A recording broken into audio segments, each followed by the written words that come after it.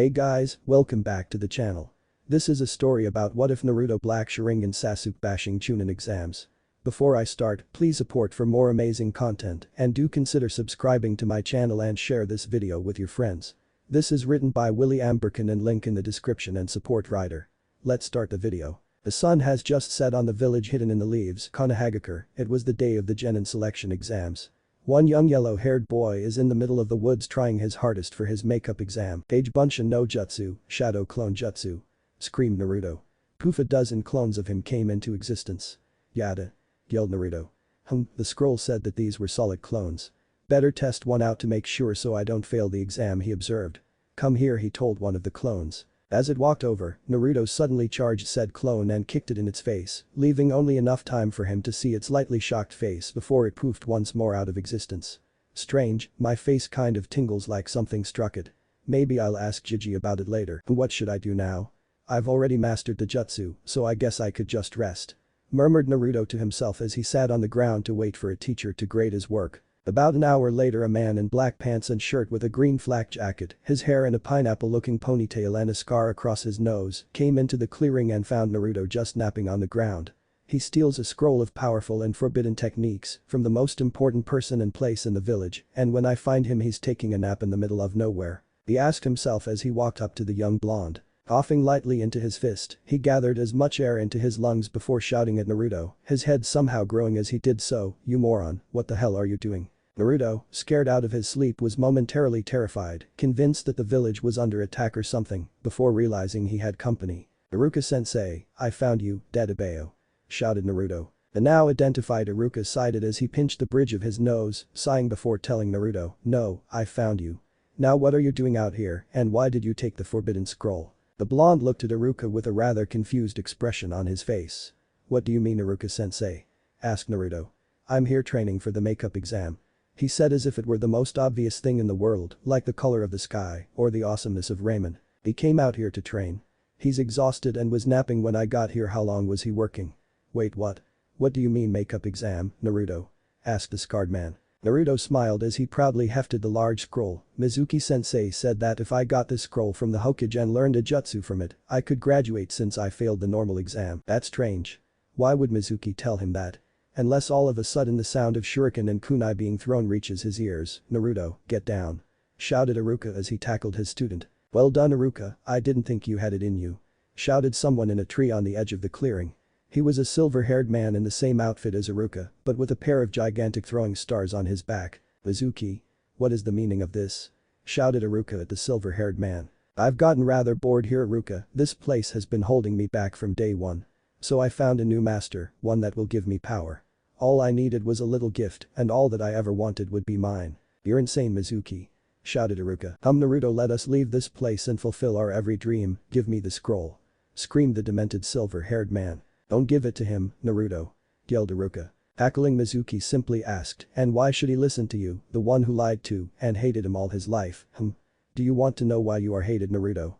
Why no one loves you or ever will?" "Stop, Mizuki," yelled a desperate Iruka. "It's because you are the nine-tailed fox that attacked the village 14 years ago. It was you who killed the fourth Hokage. It was you who killed Iruka's parents." "What?" thought Naruto. "Is that true? Am I just a monster? Did I kill all those people? Did I kill the Yondaime and Iruka's parents? If that's true then I guess I deserve to be treated this way." "No, he's not," shouted Iruka. "He's just a child who's had a burden no man should carry on his own, thrust upon his shoulders. He is Naruto Uzumaki, shinobi of Konohagakure no Sado." Naruto then remembered all the people who made his lonely existence bearable, the Hokage, Iruka, and the family who ran his favorite raiment stand, the Ichirakus, and he began to smile. "Thanks, Iruka-sensei. I know who I am Naruto Uzumaki, the next Hokage." Mizuki just stood there and smirked. "How can you be a Hokage if you're dead?" he asked as he grabbed several shuriken and kunai and threw them at Naruto. "Shit," thought Iruka as he tackled Naruto, getting him out of the line of fire, thus making the kunai hit him instead and pinned him to a tree. With Iruka pinned to a tree by kunai, Mizuki wound up one of his giant shuriken about to throw it, with Naruto watching from where Iruka knocked him down to. "Say goodbye to your demon brat, Iruka," screamed the insane chunin as he let fly with a shuriken. "No, no, no. I can't let Iruka-sensei die like this. But I'm not strong enough to beat him." "Do you want power, boy?" "What? he thought as he fell into the blackness inside Mindscape. Naruto woke up groggily before shortly realizing he was in a strange sewer, lying in the water. Why am I in a sewer? Wait, Iruka-sensei. He started to panic slightly before realizing that before he could help his sensei, he had to find out where he was.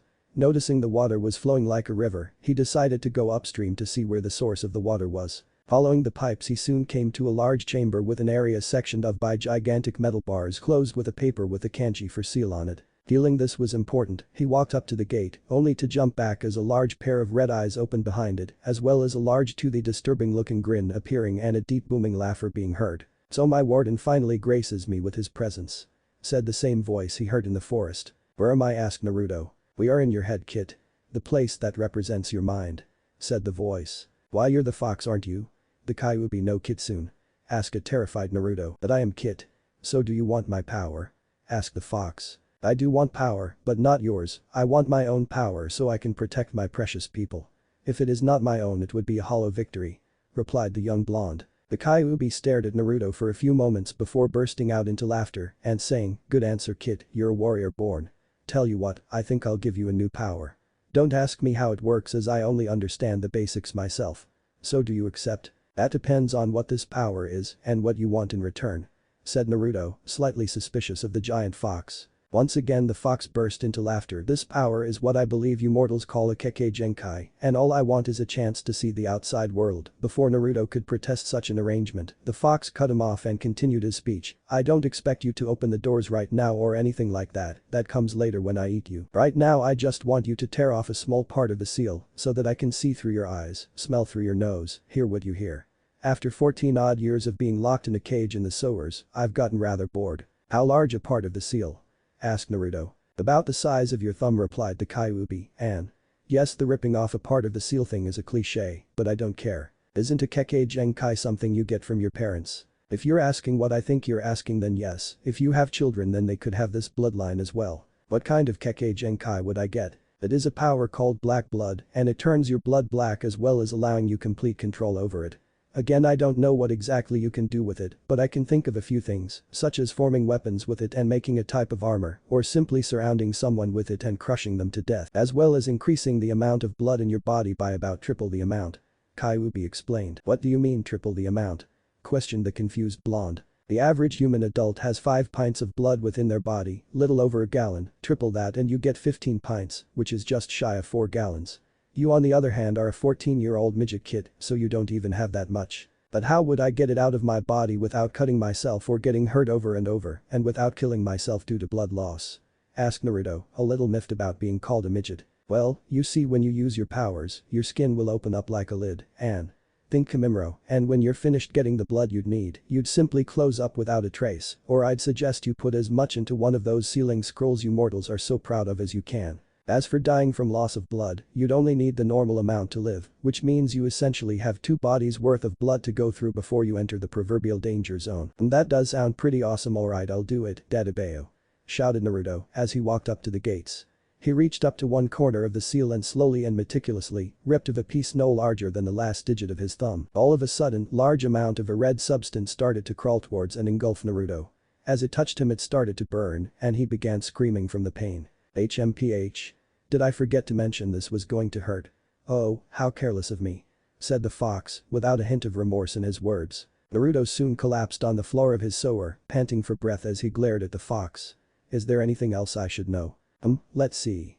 Well, since this isn't a Dijutsu Kekkei Genkai, there are elements that combine to make it. In this case, along with whatever your natural affinity is, you now have an affinity for earth and wind." "What do you mean?" asked the clueless blonde. "Very well, you idiot kid, I'll explain. Mortals usually have what are called affinities to certain elements, which means that using a jutsu from that element is not as taxing as another. Take you for example, unless your natural affinity was already for fire, now that you have that black blood, a fire jutsu will always cost more than either an earth jutsu or a wind jutsu." "Sugoi. So I have 3 affinities now?" asked a suddenly hyperactive Naruto. "Silence!" screamed the fox, instantly getting Naruto to calm down. "You might have 3 affinities, kid, earth or wind might have already been your natural affinity," scolded the fox, leaving a sheepish Naruto. "So my blood is now black? You said I had complete control of it. How does that work? How do I control it?" wondered Naruto. Yes it is, and from my understanding you simply have to channel chakra to your black blood and then it will bend to your will. Now I believe you have a teacher to save Kit. Iruka-sensei. Holy crap, I forgot all about him. How do I get out? How do I get out? Screamed a now panicking Naruto as he ran around in circles waving his arms around like a maniac. If you allow me to speak I will answer you. If you wish to leave all you simply have to will it. But before you go, I don't suppose you could do something about this place, could you? It is rather depressing.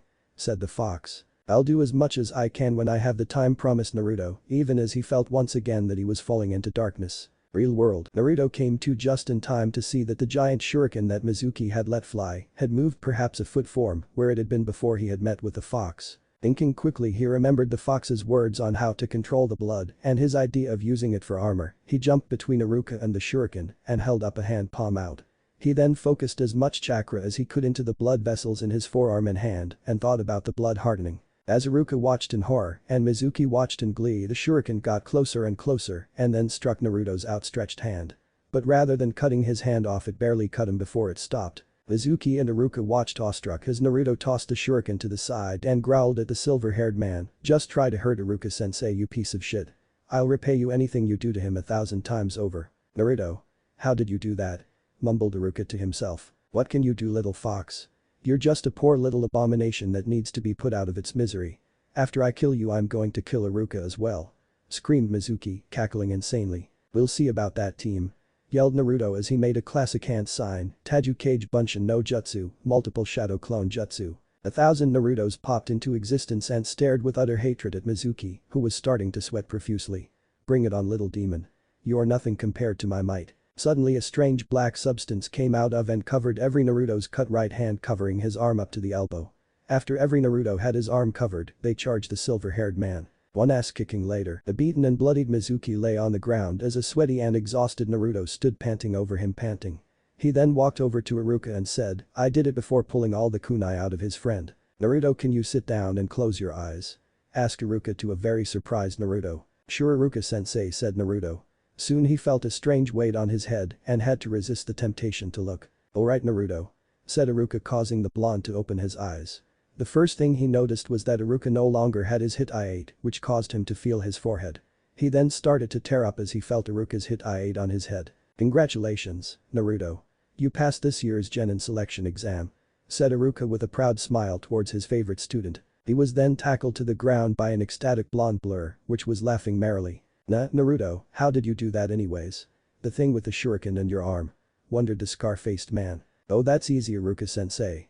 It was a Kekkei Genkai that the fox gave me." "You're damn right I did," said the fox, startling Naruto for a second, but he decided to worry about it later. Iruka wondered for a second if he had gone crazy or was sleeping, but he had always been sane and he was in too much pain to be asleep. "I'm sorry?" asked a deeply confused Iruka. "When Mizuki team threw that shuriken at you, the fox pulled me into my I think he said mindscape or something. Anyways, it asked me if I wanted power and I told it only if it was my own power to protect my precious people or else it would be a hollow victory.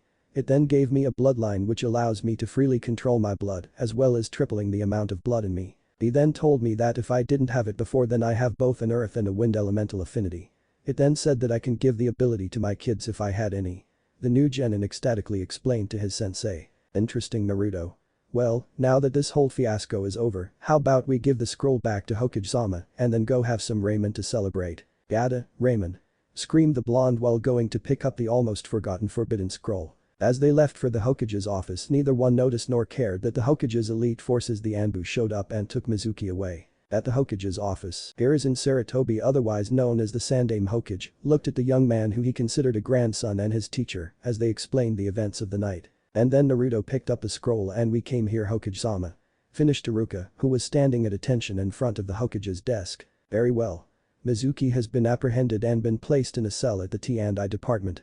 As for you, Naruto, I'm very proud you were able to beat Mizuki even if it was foolhardy and reckless of you. I am going to approve Iruka's decision and make you a full genin.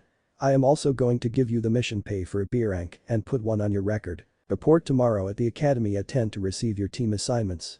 But before you go, I'd like a sample of your blood so that we may run some tests on it to see what you can do," said the Hokage. "What do you mean sample, Jiji, and didn't I already tell you what I can do?"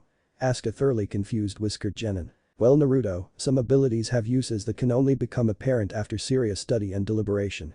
I just want you to live up to your full potential," explained the aged man. "Alright Gigi, do you have something to keep the blood in?" The Hokage thought for a minute before he called Nico-san.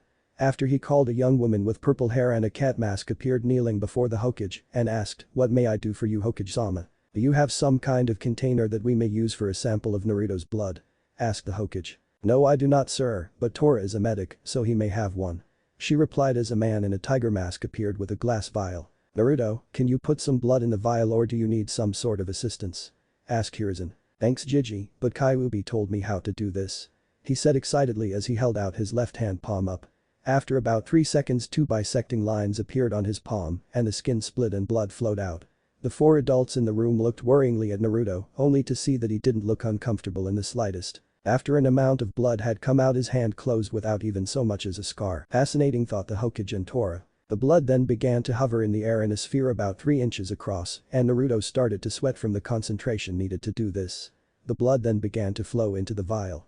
Naruto only got about 3/4 of it into the vial before his concentration broke and the rest fell onto the floor, the Hokage's desk, and Tora's gloved hand. "Sorry Gigi," said Naruto as he looked at the floor and the desk where his blood had fallen, looking both mentally and physically exhausted. "It's alright Naruto," replied Hiruzen, "it can be cleaned. Now how about you go home and rest? You have a big date tomorrow." "But Gigi," whined Naruto, "Iruka-sensei promised me ramen." Smiling Iruka replied, "Tell you what Naruto, I'll take you for ramen tomorrow, right now you look dead on your feet. How about it? I'll hold you to that Iruka-sensei," promised Naruto as he bid everyone goodbye, but just as he was about to leave, he remembered something and turned to the Hokage, much to the surprise of everyone present. "Hey Gigi, is there something I should know about Kage Bunshin? Because I was testing it out and I kicked one in the face and after it disappeared it seemed like I knew what it felt like to be kicked in the face." Everyone just looked surprised at his observation as Hiruzen decided to tell Naruto of the perks of the Kage Bunshin jutsu. "Well Naruto, the Kage Bunshin is a very special technique in that when a clone is dispelled, its memories are transferred back to the user and any other remaining clones.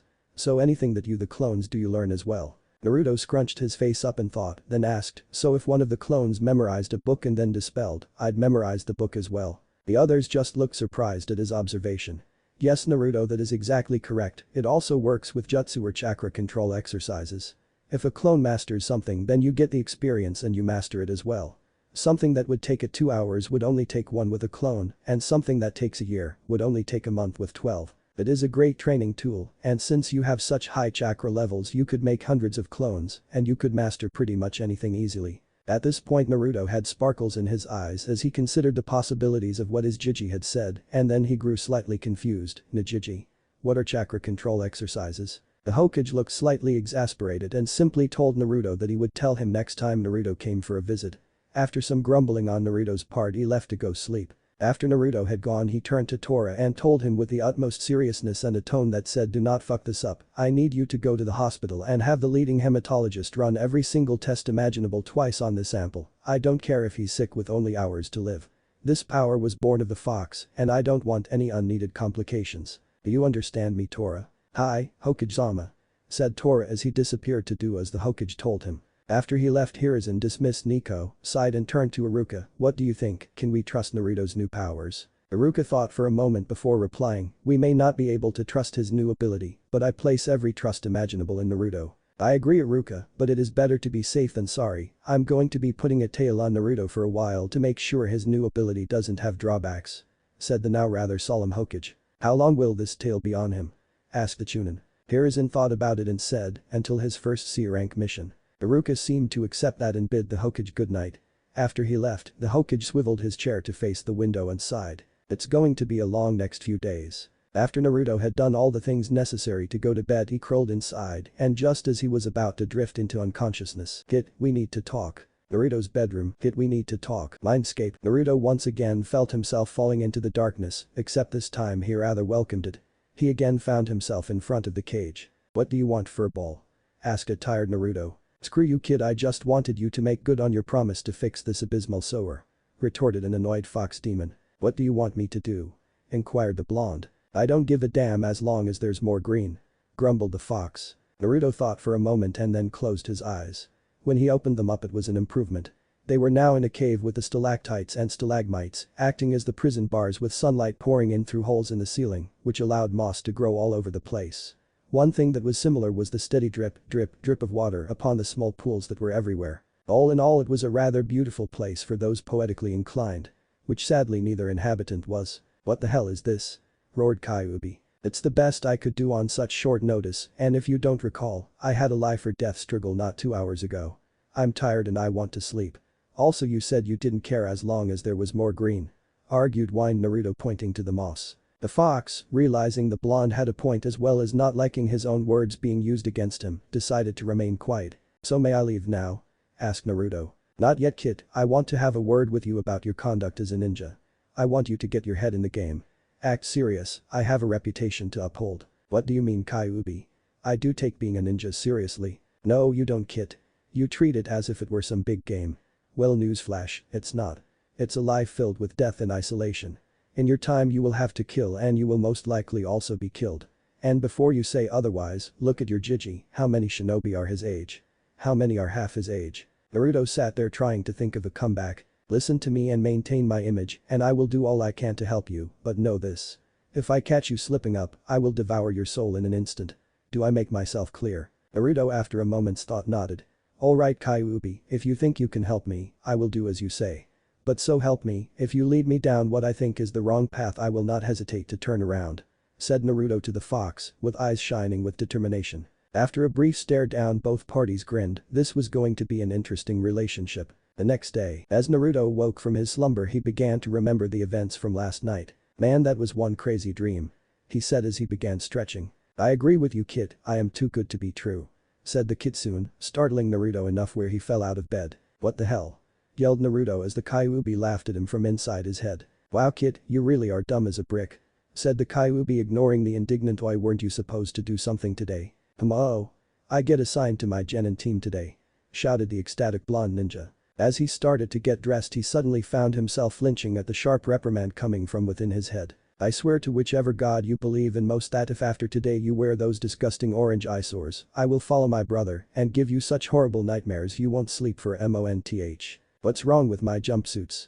shouted an indignant Naruto. "They are abominations and to throw them out would do a disservice to the trash. As well as they are highly impractical in the field. You might as well just hold up a gigantic sign that says, 'Over here come kill me,' also you don't have to say your answers out loud. Well, it would be funny to see the villagers' reactions to you talking to yourself. I'd hate for you to be in a room for crazy people." After a little more arguing Kyuubi managed to convince Naruto to give up the jumpsuits. At the academy, as Naruto was walking in to get assigned to his team he nearly bumped into another person. This boy was Kiba Inuzuka, another graduate who had fang tattoos on his face and what to Naruto seemed like a strange obsession with dogs. "Hey Dobe, what are you doing here? Only the people that graduated should be here," asked Kiba, shouting for no real reason. As Naruto was opening his mouth to respond, he listened to what Kyuubi told him to do and so he just smirked, pointed to his hit I8 and walked past the flabbergasted dog lover. Looking around for a seat he decided to take one near the middle of the class in an empty row and just observe the rest of the class. After a while, twin purple and red blurs shot into the classroom, one. As they stopped just inside the door you could tell it was two young girls, one a platinum blonde, the other a pinkette. As they went off on each other about Kami knows what Kyuubi decided to strike up a conversation. "What kind of Kunoichi has pink hair?" "Shut up Kyuubi, Sakura-cha." "Silence kid. Why do you even like her? All she does is hit you while fawning over duck ass over there." "Come on Kyuubi, she's not that bad." "For once kid you're right. She's worse." As they had their silent argument Iruka walked in and saw that everybody was there, so he decided to start. All teams are canon, too lazy to do anything else. Team 7 had been waiting for over an hour and they had gotten bored. Sasuke was simply brooding in a corner, Sakura was fawning over him trying to strike up a conversation, and Naruto was hovering somewhere between states of consciousness. "Naruto?" yelled Kyuubi, startling Naruto out of his semi-conscious haze. "Yeah? If you're bored why don't you practice with that gift I gave you?" "Because I don't know." Why not? Nothing else to do. What do you have in mind? Why not simply try to make shapes out of the blood?" Shrugging, Naruto held out his right hand palm up, which didn't go unnoticed by his teammates, who were wondering both what he was doing and why he was even there. To their shock, Naruto's hand suddenly split open and some kind of black substance was pouring out. Neither could really look away from the spectacle, but for rather different reasons. "I think I'm gonna be sick," thought Sakura, turning a little green. "How's the dope doing that?" wondered Sasuke, finding himself interested despite his self-imposed aloofness. Then the liquid began to form shapes. It first turned into a slightly lopsided sphere, then a star, then a rectangle, a heart, a pyramid, switching to seemingly random shapes at seemingly random times, though as time passed, the shapes got less defined and he was starting to struggle. "Oh, what are you doing and what is that stuff?"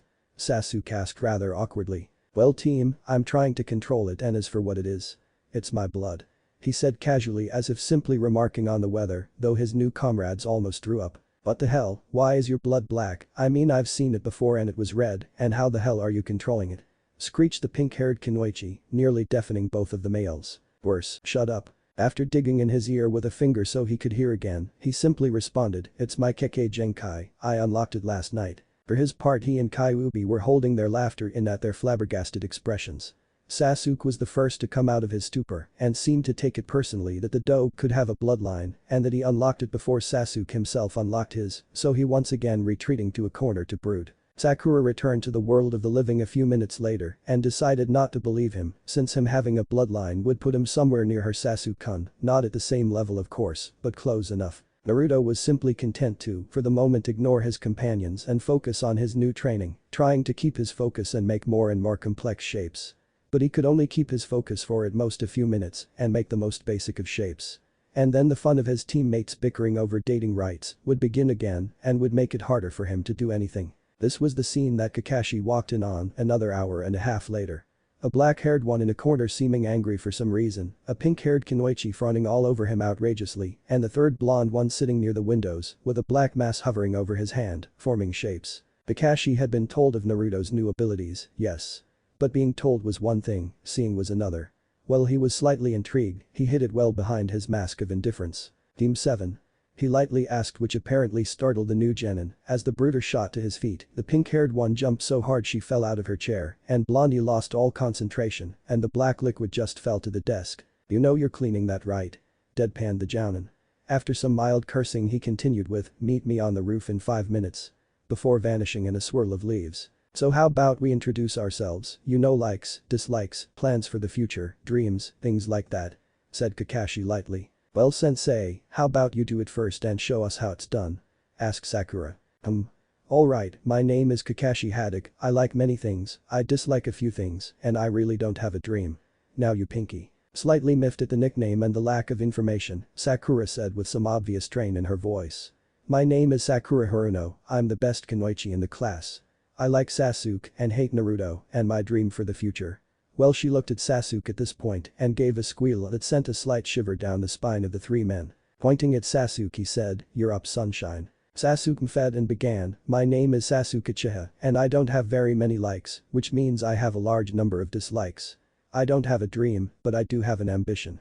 To kill a certain man and restore my clan." Kakashi sighed as Sakura blushed at both his ambition and how cool he was. "Alright Blondie, you're up," he said pointing to Naruto. Naruto paused for a moment and then, once again following the advice of Kyuubi, simply shrugged and said Naruto Uzumaki. After a few moments of silence, Kakashi asked, well what? Are you going to finish?" "I did." "No you didn't, all you gave was your name." "But isn't that the same amount of information you gave Kakashi-sensei?" Kakashi once again sighed and decided to let it slide for a bit as Sakura was berating Naruto for trying to be cooler than her Sasuke-kun. "So I have a brooding Avenger, an annoying fangirl, and a petty blonde. I'm screwed." "Well, now that we're introduced," at this point Sakura just fed, "let me tell you about your next test." "What do you mean Kakashi-sensei? I thought we already passed our genin test," asked Sakura. "Well Sakura, that was just to weed out the hopeless. This next test is to sift out those with actual potential and has a 66% failure rate. This test will take place at Training Ground 7 at around 7 o'clock tomorrow, don't be late. Oh, and you probably shouldn't eat breakfast or else you'll throw up. Johnny." The silver-haired jounin then disappeared in a swirl of leaves with an evil chuckle, leaving the three of them with their own thoughts. HMPH, I'll no doubt pass this test. These losers probably won't and then I'll be apprenticed to a jounin and I'll get strong enough to kill him. I don't care if Naruto passes, I just want to be with my Sasuke-kun. I really hope I don't have to do all this crap again. Too many life or death struggles are bad for you. Speak for yourself." Somewhere in town, walking around, Naruto was simply wondering how to pass the time. "What do you think Kyuubi?" "Well you could go shopping for clothes or do that clone thing the decrepit old man was talking about." "Hey Gigi is not a decrepit old man, Dadabeo. Whatever, just do something, you're boring me." Naruto then walked into a shop called Higurashi's, considered by many to be the best place in town for ninja supplies. "Hello, can I help you?" asked the girl behind the counter. Yeah. Can you direct me to the ninja clothing section? Not if that's what you're going to wear. It's in the back just past that rack of swords. If you need anything I'm Tenten." Naruto, after grumbling about how no one appreciated the color orange, thought for a moment and just couldn't help himself. "What's your name if I don't need anything?" After dodging several kunai, he made it to the clothes section and started picking stuff out. After about 10 minutes he walked up to the counter and placed down several sets of the same outfit. Black shinobi pants, black shinobi sandals, with a dark green camo jacket and an orange sash. He just couldn't completely give up the orange, along with a new set of kunai and shuriken. He didn't buy any shirt since the Kyuubi decided that the black undershirts he usually wore would suffice. "Is that all?" asked Tenten. "Unless you think there's something that could help me train," said Naruto. "We have some weights if you'd like some." So Naruto picked some arm and leg weights as well as a vest, all of which were adjustable. Then after paying for everything, Naruto took the clothes to his apartment, changed, put on just enough weight to make it hard to move, and went to go train for a bit since it was only around noon. 2. Random training ground. Naruto was wondering of what to do when Kyuubi told him, why not send a clone or two to the old man and ask him for one of those exercises and go send a couple to the library for some books. "Oh, but books suck. They're boring." Perhaps I phrased it wrong, kid. Send about 10 clones to the library now. Although, you should probably hinge them so nobody wonders why there are 10 of you at the library. Fine, you stupid fox. About 3 hours later, over 100 Naruto clones were lining up with their own separate trees, all had bruises and scratches, and all were panting. Another 100 clones were working on controlling the black blood. All the while that this was happening, the real Naruto was simply working on his body, push-ups, pull-ups, sit-ups, laps, punching and kicking a training log, and throwing kunai and shuriken. This was the scene that Iruka walked in on as he was about to take Naruto for some ramen. Wow, he only heard about it yesterday and he's already using the Kage Bunshin, shadow clone, to help him train. He's going to be terrifying in his prime. "Hey Naruto.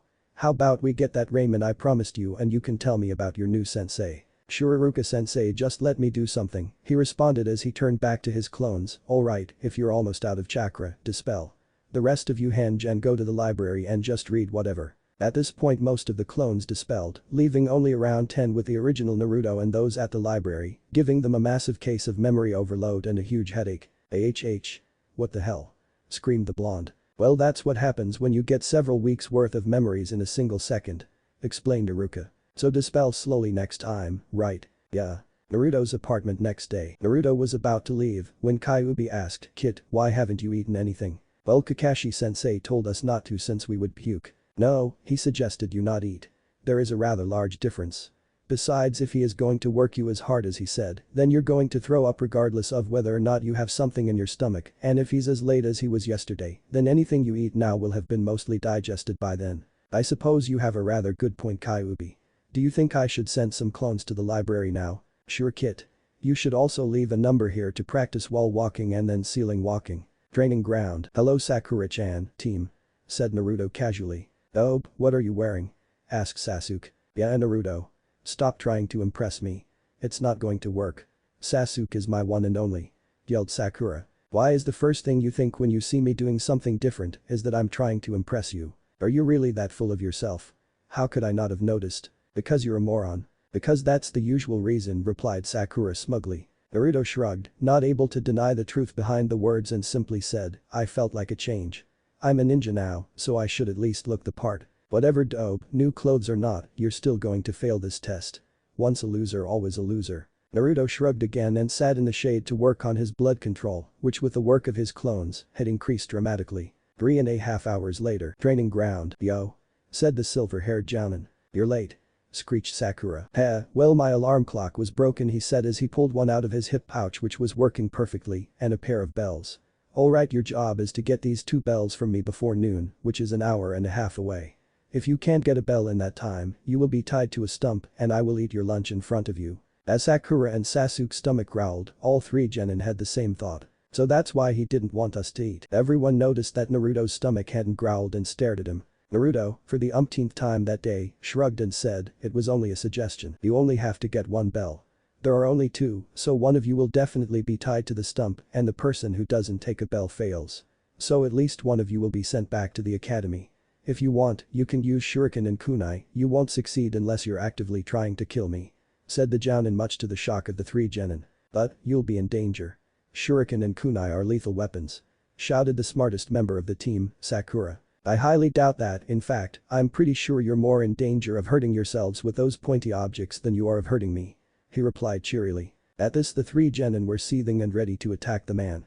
He let the statement hang in the air just to get that extra juicy dose of weak killer intent from his genin. "Now begin." As he said this, all four of them jumped in different directions, with Kakashi going to the middle of the clearing. A rather nice breeze began to blow across the training field. The Jounin looked towards the forest. Not bad. I can sense them, of course, but they could probably hide from any genin to low-level chunin opponent. As he thought this, he felt a presence behind him and turned to see Naruto just standing there nonchalantly. "Or not. You know that you're supposed to be hiding, right?" wondered the Jounin. "Something tells me that even if I tried to hide from you, I wouldn't be able to. I mean, you are a Jounin for a reason.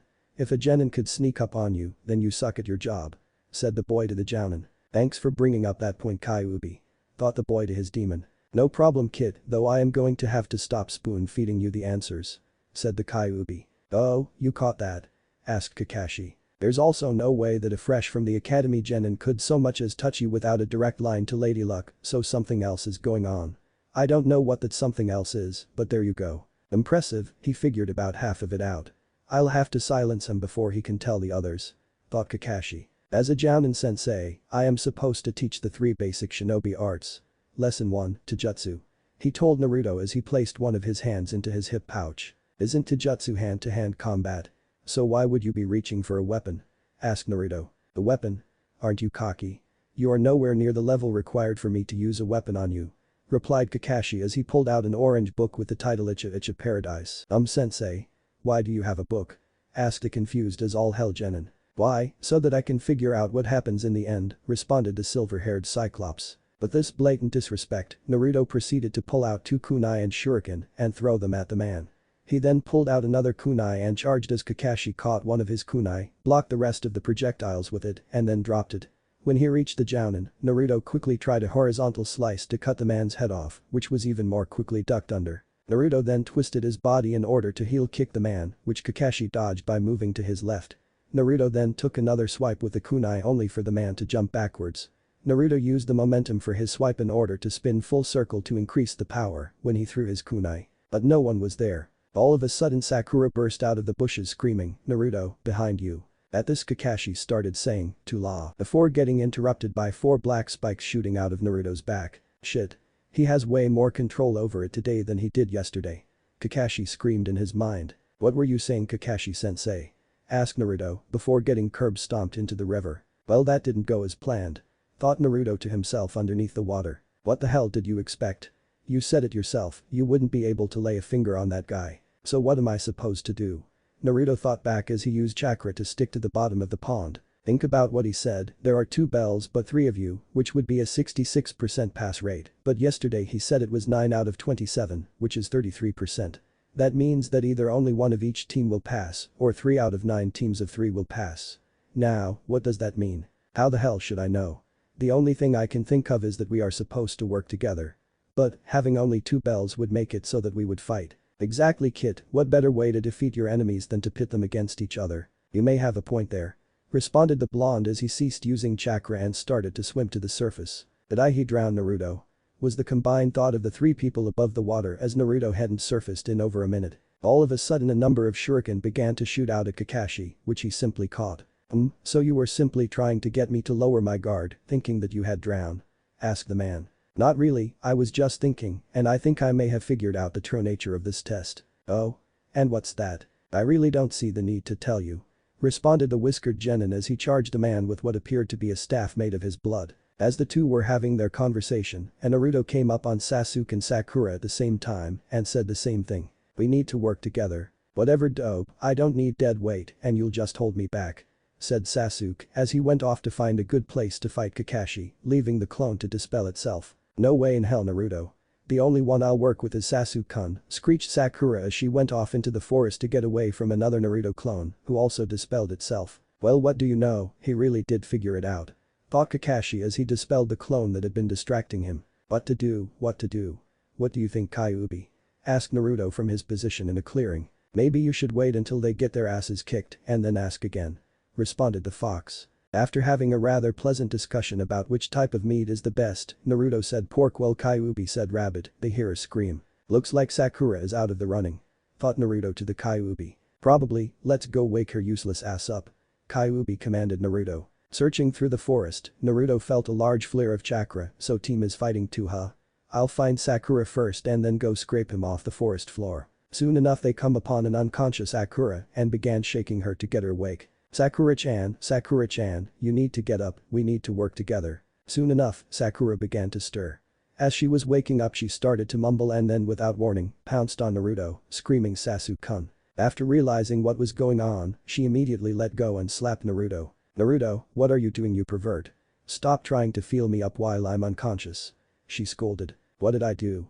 I was shaking your shoulder trying to wake you up when you jumped on me. An indignant blonde shouted back. What have Sasuke-kun? Now look what you did, you distracted me so I would lose track of Sasuke-kun and he would die so that you wouldn't have competition didn't you? She screeched accused out of him. I've heard blondes are stupid, but I guess they only hold second place when the pinkets are involved. I was trying to wake you up, Dadabeo. Insisted the blonde as Sakura ran off into the woods. Well that was a dud deal. He mused to himself, waiting for something to happen. Sasuke-kun is just ahead. Let's go check it out Kyuubi. I say let them stew in their own filth. Naruto then proceeded to walk over to where he heard the voice from while arguing with the fox. When they reached the clearing, Naruto and Kyuubi stared and then burst out in hysterical laughter at the scene in front of them. 3. It's a good thing Pinky is wearing pants or duck ass would be getting one hell of a view. After Naruto had calmed down, he made a few clones to help him dig Sasuke out while they talked. Now do you believe me when I say we need to work together? Asked Naruto. Whatever dope, I don't need you. Responded Sasuke, free down to his sternum. Listen team, we need to work together. How many two-man teams have you ever heard of? The Sannin, the Ino-Shikacho trio, even the fourth had a team. Why would they stick us in a team of 3 just to tear us apart? Shouted the blonde as he dug up Sasuke's waist. I suppose dope. Responded Sasuke as got out of the hole after his teammate finished digging him up. Now let's wake up Sakura. After about 10 minutes, the two of them succeeded in getting Sakura out of La La Land and after another 5, they got her to stop crying and off Sasuke. It was at that point that Naruto explained his reasoning to Sakura. She at first didn't say anything, looked at Sasuke, nodded to herself, and attacked the blonde. What the hell are you doing? Screamed the blonde as he jumped into a tree. There's no way that baka, Naruto, would ever think up something like that, so that means you have to be Kakashi-sensei. If you're going to henge into someone you should at least act like them. She shouted as she started throwing kunai and shuriken at him. They've got a point you know. Observed Kyuubi. Shut the hell up. Sakura-chan, relax. It's me. Shouted Naruto as he dodged and swerved Sakura's attacks, only to be hit by a lucky shot. It was as Naruto was on the ground nursing a gash in his arm when the bell went off. 5 minutes later, it was an awkward silence that the 3 genin potentials shared as Kakashi walked up to them, with Sakura tied to a post, Sasuke sitting there, and Naruto with his arm wrapped in bandages. What the hell was that? Kakashi near about screamed at the 3 of them, this was a total disaster. Sasuke, you decided that the others were worthless and would only bring you down, and then when Naruto was under attack, you did nothing to help him. Sakura, you did absolutely nothing but try to suck up to Sasuke, and Naruto, you tried to do everything by yourself. Naruto did figure out the test, but I need to see actual teamwork, not just talk. Let me ask you something, do you think this is a game? You make me ashamed to be called shinobi. If I had my way, you would be dropped from the program, but I'll give you one more shot, and that's it. Eat your lunches, but Sakura doesn't get any. And with that the man left the 3 of them with an awkward silence. So what now? Asked Sakura. Here, Sakura-chan, I ate breakfast so I shouldn't be too affected by not eating, and we all need our strength. Responded the blonde as he held out his bento. Here. Sasuke said suddenly as he too offered some of his bento box to Sakura, saying, we can all share, that way we all get to eat some food. And besides, what better way to show teamwork than to feed a starving comrade? As the 2 males were taking turns feeding the girl, a huge cloud of smoke poofed into existence, and out of it, Kakashi appeared. Yuau! He screamed effectively making the 3 genin crap themselves. You pass 3. Kakashi finished with a smile, getting a WTF face from all of them. Huh? Was the combined intelligent response. You pass. You are the first to disobey me and feed their comrade, and a true ninja must see underneath the underneath. Said the silver-haired man as he walked to the stone in front of the posts. This stone has a list of heroes. It is a list of those who lost their lives in the line of duty. The names of all my friends are on this stone. Remember, those who disobey the rules are trash, but those who don't care about and abandon their comrades are lower than that. As he was talking, the 3 children were hanging on every word like a lifeline. He's awesome. Now that concludes the training for today. Meet me here at 7 AM, tomorrow we begin our duties as Team 7. The Jounin shouted as he gave the 3 a thumbs up. Yes, screamed Sakura and Naruto. Hokage's office 1 month later. The past month became rather routine for Naruto. Wake up, send several shadow clones to library, train with other shadow clones in control, meet up with team, do teamwork exercises for a few hours, eat, do a mission, train some more, go home, eat, go to bed, sleep. Wash, rinse, and repeat. Naruto once more followed the fox's advice and started pumping as much blood as he could into a pair of sealing scrolls, which led to an incident where he had to go to the hospital from lack of blood. With his exercises in control of both his chakra and blood, he is now able to make rather complex shapes for longer periods of time, however the more complex the less time he can control it. The third Hokage was sitting at his desk once again reading the report on Naruto's blood sample. Subject: Naruto Uzumaki. Full report. This new type of blood, well exactly like normal blood in most ways, has distinct differences to normal blood. The most obvious being that it is black. 4. This is due to the fact that it has several times more iron than normal red blood cells, which given the subject's control over it, could make it a very versatile and deadly weapon. It also has no discernible blood type. When placed with other samples of blood, the subject's, for lack of a better word, infects the normal blood, turning it into the black blood as well, meaning that the subject could make near infinite amounts by taking the blood of others. It is unknown what would happen if it were to be placed into a living host, but with the aspect of control, it could have very interesting mission aspects. However, when placed with other blood with a Kekkei Genkai 5, it reacted in an extremely violent manner, injuring several of my assistants. When the blood infects another sample, the sample becomes like the black blood in every way. Report end. Here is inside as he took a draw from his pipe. I should get Naruto a physical to see how his body has acclimated to the blood. Just then, a rather scratched up Team 7 walked in, carrying 6, a struggling brown cat with a red ribbon in its hair. Capture Tora mission complete, Hokage-sama. Reported a saluting Kakashi, who coincidentally didn't have a scratch on him. Acknowledged Kakashi. I'll have your team's pay when you walk in tomorrow, said Hiruzen as he placed a demonic feline in a cage to be delivered to its owner. Alright, so what do you want to do next? We have painting a fence, carrying groceries, cleaning up lit. Hell no, Gigi. I want a real mission. Something that's an actual challenge, yelled Naruto. He does have a point, Hokage-sama, said Sakura, while Kakashi just looked impassive and Sasuke, as usual, brooded. Very well, Naruto, I think I have the perfect C-ranked mission for you, he said as he pulled out a scroll. You will be escorting your client to his home in the Wave Country. You will protect him from things like bandits and thieves. He then raised his voice and said send him in. After a few moments, 7, the door opened and in came an old man with grey hair, a huge backpack, a straw hat and a bottle of sake. This is my escort. I wanted ninja, not a bunch of brats, he slurred. I assure you, sir, that I have the utmost faith in my team, said an inwardly annoyed Kakashi. Whatever, as long as I get home safe and sound, I don't care. My name is Tazuna, bridge builder extraordinaire, he said, puffing out his chest. You leave tomorrow at 7 for your mission. Good luck. Oh, and Naruto, Kakashi, stay here, I have something I want to give you, said the Hokage as he held up a couple of copies of the medical report. You leave tomorrow at 7 for your mission. Good luck. Oh, and Naruto, Kakashi, stay here, I have something I want to give you, said the Hokage as he held up a couple of copies of the medical report. As the others left for the day, the two walked up to the Hokage's desk and accepted the files. After a few minutes of reading, Kakashi put his down and simply said, well, that's interesting. So does that mean that I could control people with my blood? Asked a rather nervous Genin. In theory, yes, you could also halt all the blood flow in their bodies or simply tear it out of them in an instant. Though that would be a little gruesome, said Kakashi. After a second's thought, Naruto asked, Gigi, could I ask for a favor? Oh? And what would that be? When we are done with this mission, could we head to the ruins of Yuzushiogakure? The tension in the room becoming immediately palpable, the Hokage activated the privacy seals and urgently asked, how do you know of that place? Well, about 2 weeks ago, one of my clones came across the term while reading a book on the elemental nations. Flashback no jutsu. Man, I'm bored, grumbled one of the Naruto clones disguised as a middle-aged man while he flipped through the glossary of a random geography book he pulled off the shelf. Let's see. Oni no Kuni, interesting but no. Shimo no Kuni, don't really like the cold. Tori no Kuni, too many nobles. Tsuki no Kuni, never really thought of the moon, always asleep when it comes out. Tsum no Kuni, nah, Kiba's mom is terrifying. Yuzu no Kuni, hey Uzumaki, Yuzu no Kuni, sounds interesting. He thought as he began to once again flip through the pages. Let's see what the book has to say. Yuzu no Kuni, located off the coast of Hai no Kuni and home of Yuzushi Agakure and the infamous Uzumaki clan, known for their vibrant red hair and powerful chakra. Also known as the village of longevity due to its inhabitants' notoriously long lives.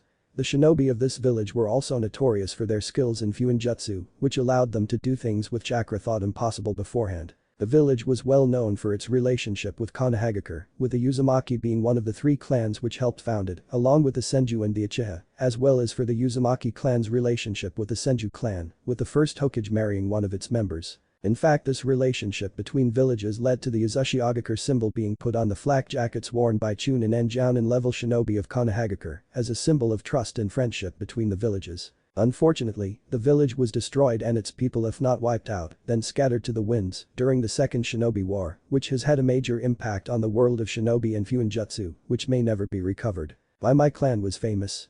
They had an entire village. Why has nobody told me about this? Is this why I don't have a family? So the spiral is the symbol of another village, huh? Fuinjutsu, maybe I should give it a shot.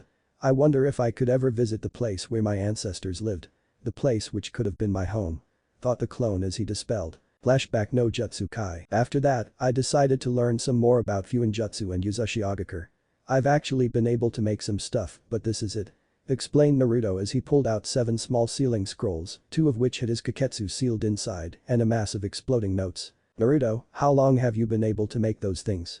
Inquired the Hokage. Well, the notes are really easy to make, oddly enough, but I've only been able to make the sealing scrolls for a couple of days. Said the blonde. If that's so, then how did you seal your Kaketsu inside those 2 scrolls? Asked Kakashi as he pointed to the 2 in question. I bought them, explained Naruto, but they were really expensive. Gama-chan, one, was almost completely dead, and I didn't really seal all that much into them, only about 7 liters each. Well, I don't see why I shouldn't let you go, but I also don't see why I should either. Tell you what, if you promise to bring back everything you find for myself and a seal master to look at, as well as giving your teammates each one of your scrolls and some of the notes, then you can go. I'll also make whatever you bring back in Uzumaki clan secret so you don't have to give it to the council. I also have some scrolls on fuinjutsu if you'd like to have them, said Hiruzen. I promise, and thanks Jiji. Said Naruto as he headed for the door. When he was gone, the Hokage called out, Nico. And the cat-masked woman appeared. Yes, Okage-sama. What have you observed about Naruto's new ability? He seems to have a high degree of control over it, as I have seen him make some very inspired shapes.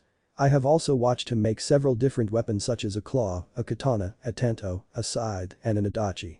He also made a shield and is apparently able to make his blood harden both over and under his skin to make a form of armor with which he was able to break one of his clone's hands. He can control the blood up to 30 yards, though he can't make very complex shapes at that distance. Interesting, it would appear that he has been taking his training rather seriously. I wonder how he has been doing on his tree walking. Mused the Hokage. Naruto knows how to tree walk? Asked an incredulous Kakashi. Yes, I told him how the day after he graduated. Wait, how are you unaware of his abilities? What have you been teaching them? Asked a now infuriated Hokage. Teamwork. Kakashi timidly responded. Kakashi, I'm not disparaging you as a teacher, but you need to actually teach them something. Shouted the Anbu. They are my students, and I will decide what to teach them. What good are fancy jutsu if you don't have the teamwork to back up your squad mates? Shouted a pissed off Kakashi, angry that his competence had been called into question. So says the man who copied over 1,000. What good is teamwork if you don't have the necessary skill to back it up? Honestly, he does no jutsu, and if what you're saying is true, then he learned them on his own.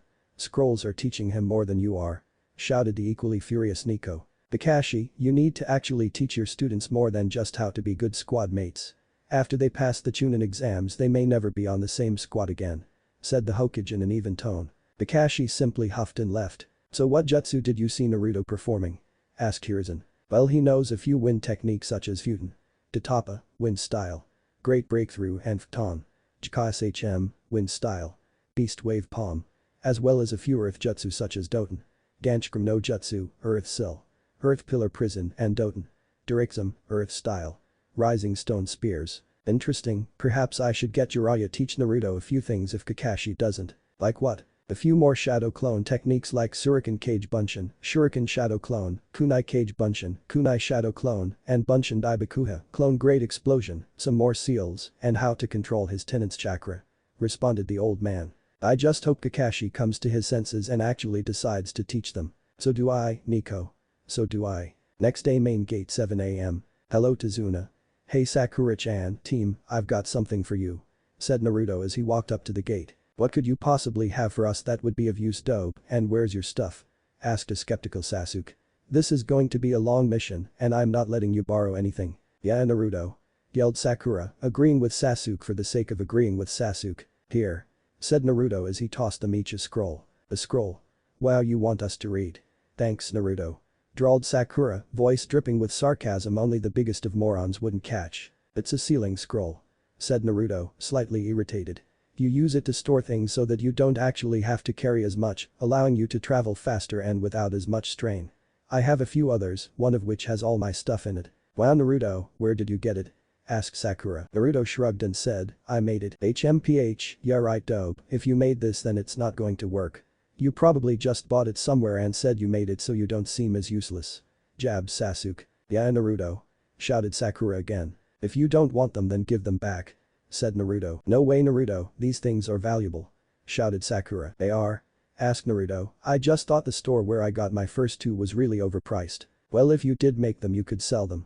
Said Sasuke. What about these?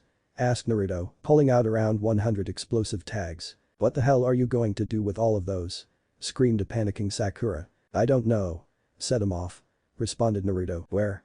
The Hokage Mountain. Sakura was now getting slightly hysterical. Do you guys want some? Asked Naruto, not really caring for the slight mental breakdown his teammate was going through. Sure said Sakura, calming down in less than a second. Sasuke just shrugged and held out his hand. After giving them each 30 tags, Naruto sat down near the gates to read one of the scrolls on Fuinjutsu the Hokage gave him. Main gate 7:30. Hello everyone. Said Kakashi nonchalantly as he walked up to the gates. You're late. Screamed Sakura. Sorry I was packing and I didn't notice the time. Said Kakashi apologetically. Then you should have packed yesterday. Said Naruto as Sasuke nodded. Is everybody ready to get going? Asked the Jounin, completely ignoring the blonde. No Kakashi-sensei, I was waiting for you to show up so I could ask you to wait for a few minutes while I fed my fish. Deadpan Naruto. Anyways do you want one? Asked Naruto holding out a sealing scroll. I don't see why not, said the silver-haired man after a moment's consideration. As he sealed his pack into the scroll, he turned to his team and client and said, alright if we leave now, we should only have to camp once and we'll be there by noon tomorrow. Sasuke, Sakura, we have an addendum to our mission. What is it Kakashi-sensei? Asked a nervous Sakura as Tazuna sweated in the background. Something which did not go unnoticed by the three male shinobi. When we are finished with a mission we are going on a side trip to a place called Yuzasahiyagakur. Which made Tazuna confusingly sigh with visible relief. We're going to an allied village? Asked the confused Pinkett. No, we're going to its ruins. The village was destroyed in the early years of the Second Great Shinobi War. So why are we going there? Asked Sasuke, finding the whole conversation pointless. Because I asked a favor of Jiji. Explained Naruto. What do you mean Naruto? Asked Sakura. I asked if we could go there after our mission was over with since it wouldn't be too far out of our way. Why would you want to go there? Because I want to see my home. Said Naruto cryptically. What do you mean your home dope? Konoha is your home.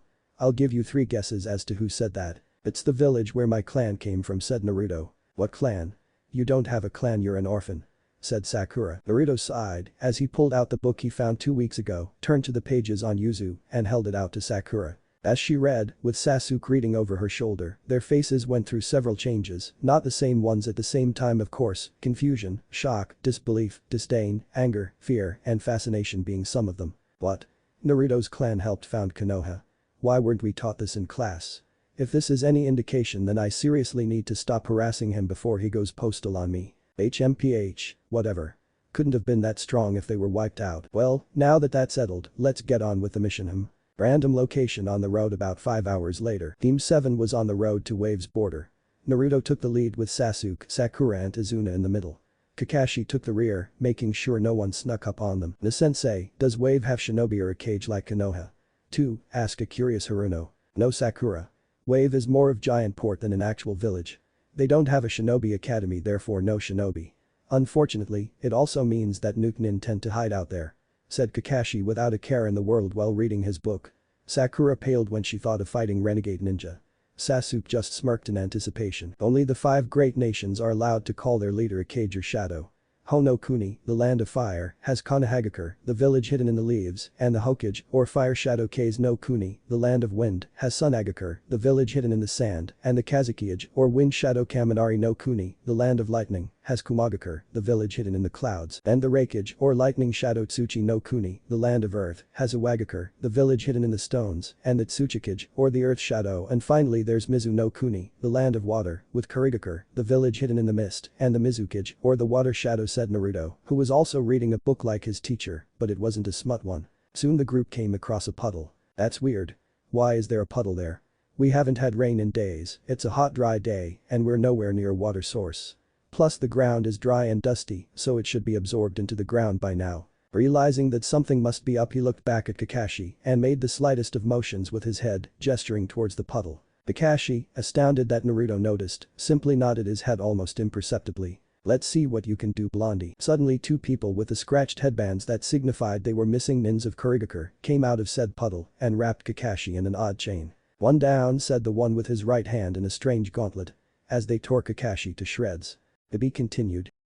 Immediately, after they killed the Jounin, Righty went after Naruto as Lefty went after Tazuna and Sakura. But Naruto, just as Righty was about to impale Naruto, he held up both his arms, elbows and wrists touching, forearms facing out with his palms pointing at himself, and said Kaketsu Tate, Black Blood Shield.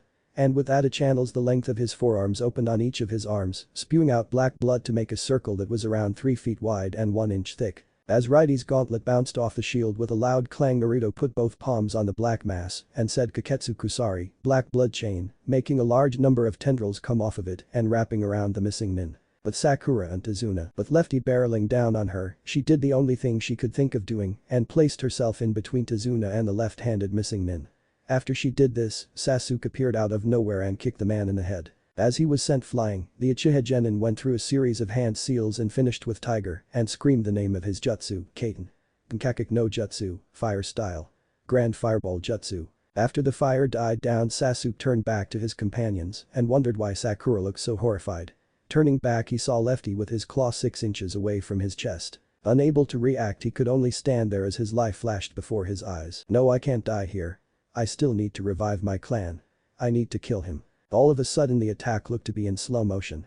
As he was wondering this strange new occurrence, Kakashi came back from the apparent dead and caught Lefty in a headlock, knocking the man out. Good work, team, said the Cycloptic Jounin. Sakura, I'm proud of you protecting the client. Naruto, I'm good work capturing Gozu. And Sasuke, it looks like you unlocked your sharingan, said Kakashi, praising all of his students. The dobe was able to capture one and I almost die. That's pathetic, I need to get stronger. With my new sharingan, I can get strong enough to kill him, so I guess it's not so bad a trade-off. Thought Sasuke as he glared at the missing nin writhing on the ground caught in Naruto's Kaketsu Kusari, Black Blood Chain. Kakashi-sensei. You're alive? Asked Sakura. Of course, Sakura. Something like that would never kill me, said Kakashi, playfully pointing at a pile of wood that signified a substitution. 3. But why pretend you weren't when those two attacked? I wanted to see who their target was, explained Kakashi. Ninjas attacking ninjas is one thing, ninjas attacking civilians is another. He said, turning to Tazuna. We need to talk. As Kakashi and Tazuna were having their conversation, Naruto was simply examining the prisoners. Those are some pretty interesting gauntlets, said the Kyuubi. Perhaps. What about them? Why not take them? 4. Why would I do that? If I want claws, I'll just make them with the Kaketsu. Oh? And if you're separated from it? If you're so low on chakra you can hardly stand. Face it, kid, you need a weapon. Isn't that what kunai and shuriken are for? They're not really weapons, more like basic tools. Very well, I'll take them, said Naruto to the fox as he slipped the gauntlets off the missing nins and placed them into a ceiling scroll, with the only one noticing being Kakashi. He then turned back to the others as they finished up the conversation. So what do you guys think? Asked Kakashi. We should continue the mission, sensei, said Naruto. I agree with the dobe, it would look good on our records to have an A rank as a genin, said Sasuke. And I wouldn't feel right just leaving Tazuna to die, said Sakura. Well, it looks like it's your lucky day, Tazuna, said a cheery Kakashi. Thank you. You have no idea what this means to me, said a relieved bridge builder. Just so you guys know, now that the chunin level assassins failed, the nest will be stronger, possibly Jounin. You will leave them to me and protect the client. Do you understand? I, Kakashi-sensei, course the 3 genin. Good, now let's be on our way. Shoreline. As they came up to the beach, Tazuna walked up to a man in a boat and asked, is everything ready? The man simply nodded and motioned for everyone to get into the boat. As they approached the other shore and saw the bridge, Naruto couldn't help but voice everyone's thoughts, albeit rather loudly. Damn, that's a big bridge, Dadabeo. As Kakashi admonished the genin, the boat pulled up to the shores of Wave Country, signaling that their boat ride was over. This is where I leave you, Tazuna-san. Good luck. Wished the boat driver as he sailed away. Forest clearing. Naruto had just mentally scarred a rabbit when all of a sudden a huge Zanbato-type blade cleaved through the air and embedded itself into a tree as Kakashi yelled for everyone to get down. Suddenly a man appeared on the handle of the blade, balancing perfectly as he stared at the 5 people on the ground. Sharingan no Kakashi. No wonder the demon brothers lost. If you don't mind, I'm here to kill the old man, so just hand him over. He said as Tazuna paled. Zabuza Mamachi, demon of the bloody mist. Bloody mist, eh? That gives me an idea, what are you doing here? He said as he pulled up his hideate to reveal his Sharingan. I already get to see the Sharingan, I'm honored. I'm here to kill the old man. Said Zabuza as he and his sword disappeared, only to reappear on the surface of the water. Looks like I get to have a little fun. Kurigakur no Jutsu, hiding in the mist. All of a sudden the area was flooded with a thick white mist, with Kakashi yelling at his students to protect Azuna and not to enter the fight. Then the voice of the demon rang out through the mist. 8 points. There are 8 points on the human body which guarantee a kill.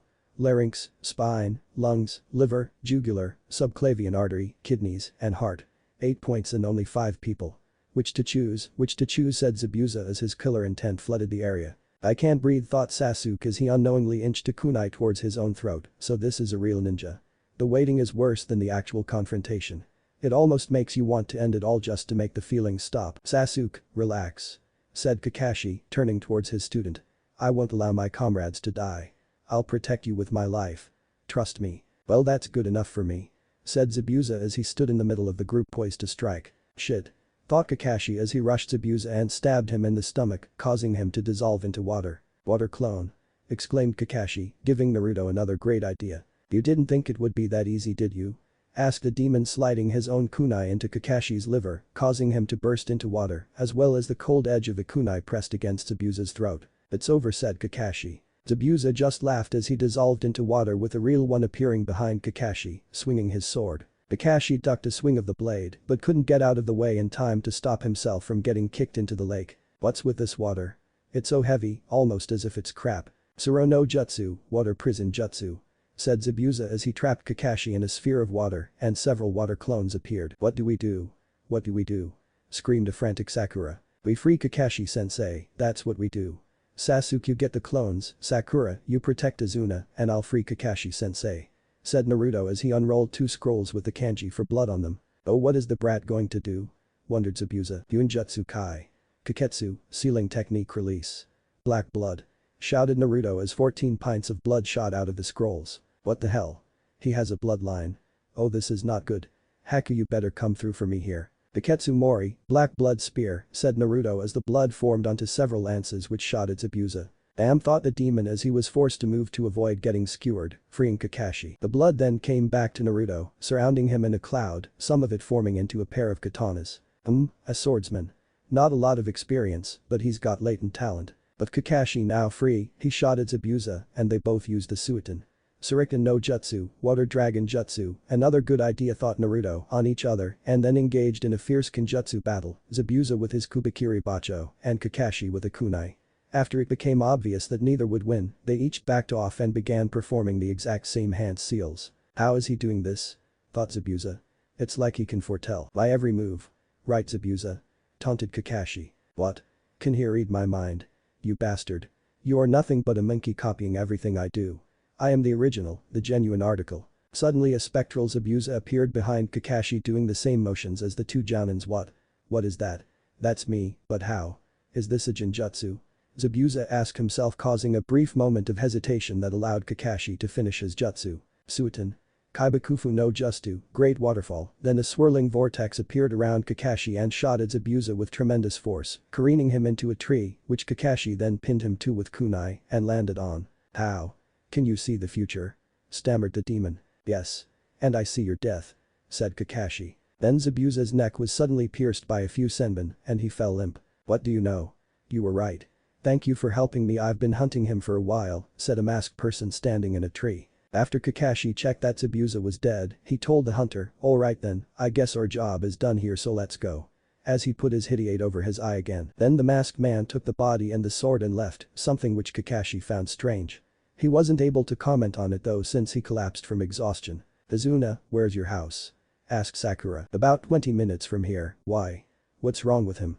asked a frantic bridge builder. "He's exhausted and needs rest," replied Naruto as he picked up his sensei. "Izuna's house, AHH. Screamed Naruto and Sakura as Kakashi's eye shot open a foot from their own. "Ugh, my head. It feels like I went guys night out with Van Wilder. Wait, who the hell is Van Wilder? Oh well. That hunter nin. They took the body. Why would they do that? They're supposed to destroy it then and there. They could have been anxious around the children, but I doubt that. Also those weapons he used. Senbon. Oh crap, Zabuza's still alive isn't he? We need to up your training," said Kakashi suddenly, catching his team off guard. "What? Why?" asked Naruto. "Because Zabuza is still alive." "What? How do you know?" "The hunter nin, they took the body instead of destroying it right then and there, and they used senbon, which can easily put someone into a near-death state. One by itself could be a coincidence, but both at the same time is pushing it. We need to assume that Zabuza is alive and plan accordingly. Would a little training really help us? I mean, you're an elite jounin and you barely beat him. Don't worry about it. Why are you trying so hard?" asked a little boy in a white hat. "Inari. Give Gigi a hug," shouted Tazuna as he threw open his arms. "Hey Gigi, Inari, say hello to the shinobi who helped me get home safe." "But why Gigi? They're just gonna die soon." "You little bastard," shouted Naruto. "It's true, you can't defeat Gato or his thugs, you're just gonna die." Deadpanned Inari. "We're ninja boy, it'd be pretty embarrassing if we couldn't handle a couple of bandits," said Kakashi as he helped Sakura and Sasuke hold back a fuming Naruto. "Whatever, if you don't want to die I suggest you just leave," said Inari as he walked up the stairs to his room. "Sorry about that. He's had a hard life," said Tazuna apologetically. "It's alright," said Kakashi. "Now, we have a big day tomorrow, so get some sleep." Next day, a random clearing in the woods. "Alright, the first thing I want to talk about is chakra," said the silver-haired jounin. "Why?" asked Sasuke. "We already know how to use chakra for ninjutsu and things like that." "Perhaps, but you're not using it right," admonished Kakashi. "What do you mean, Kakashi-sensei?" asked Sakura. "What I mean is you aren't using it efficiently. Even if you are able to release a high amount of chakra, unless you control it properly, the jutsu will be weakened or not work in the first place. And by wasting energy, you won't be able to fight as long as you should be, and you'll die. So what should we do?" asked Sakura. "Learn to control it." "And how do we do that?" "Tree climbing." "Seriously? We're doing this now?" asked Naruto as he began calmly walking up a tree. "How is the dope doing that?" asked Sasuke. "Chakra, my fine duck-haired friend," chakra said Naruto. "What do you mean Naruto?" asked Sakura. "You send chakra to your feet and use it to adhere to the wood. Too much and you get blasted off, too little and you don't stick in the first place." "Alright then, since you already know how to do this Naruto, you can do whatever you want today," said Kakashi. "What? How does he already know how to do this?" asked Sakura. "I asked Gigi how the day we met Kakashi-sensei," said Naruto. "Why would he tell you?" asked Sakura. "Because I asked," explained Naruto. "Hey sensei. Are we going to have a life or death struggle looming over the horizon before every actual lesson?" You say something," asked Kakashi as somewhere in Konoha a man with a bowl cut and a green leotarд face faltered for seemingly no reason. "Kakashi-sensei, can you follow me? There's something I want to talk to you about," inquired Naruto. Random clearing in the woods. "Let's see, from that battle I got the idea for 3 jutsu, the Kaketsu Bunshin, Back Blood Clone, the Kaketu Kiri, Blood Mist, and the Kaketsu Ketsurikten, Black Blood. Blood Dragon Jutsu. I've never made a jutsu before so I was wondering if you had any ideas," explained Naruto to Kakashi. "Well, I would suggest you start with the clone jutsu, since you already know the non-elemental form of it." "How do I do that?" wondered the blonde. "Simple," said Kakashi, "instead of making a clone out of nothing, you make one with the Kaketsu." "And how do I do that?" "The same way you would make any other type of clone.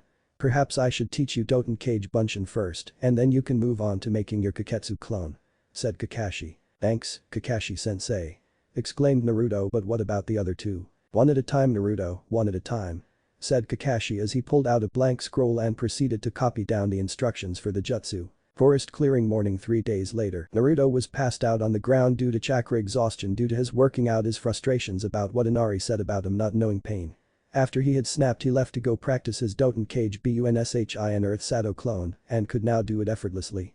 He was about to try to use his Kaketsu instead when he collapsed. This was the scene Haku walked in on as the fake hunter nin was looking for herbs in a pink kimono and hair down, a passed out blonde, not that much younger than the ice user, 5, with a leaf hideate and several small piles of mud and dirt surrounding him. As Haku knelt beside him and reached out to him, Haku thought it would be so easy. "You're going to catch cold if you sleep out here," said the young ninja, shaking Naruto awake. Naruto, still in his half-sleeping haze, saw the most beautiful face that he had ever seen, and with his heart pounding and his stomach feeling strange, he whispered the first thing that came to his mind. "Tenshi, 6. As Haku blushed, the fake hunter nin asked, "What are you doing out here?" "I'm training," said Naruto. "Whatever for?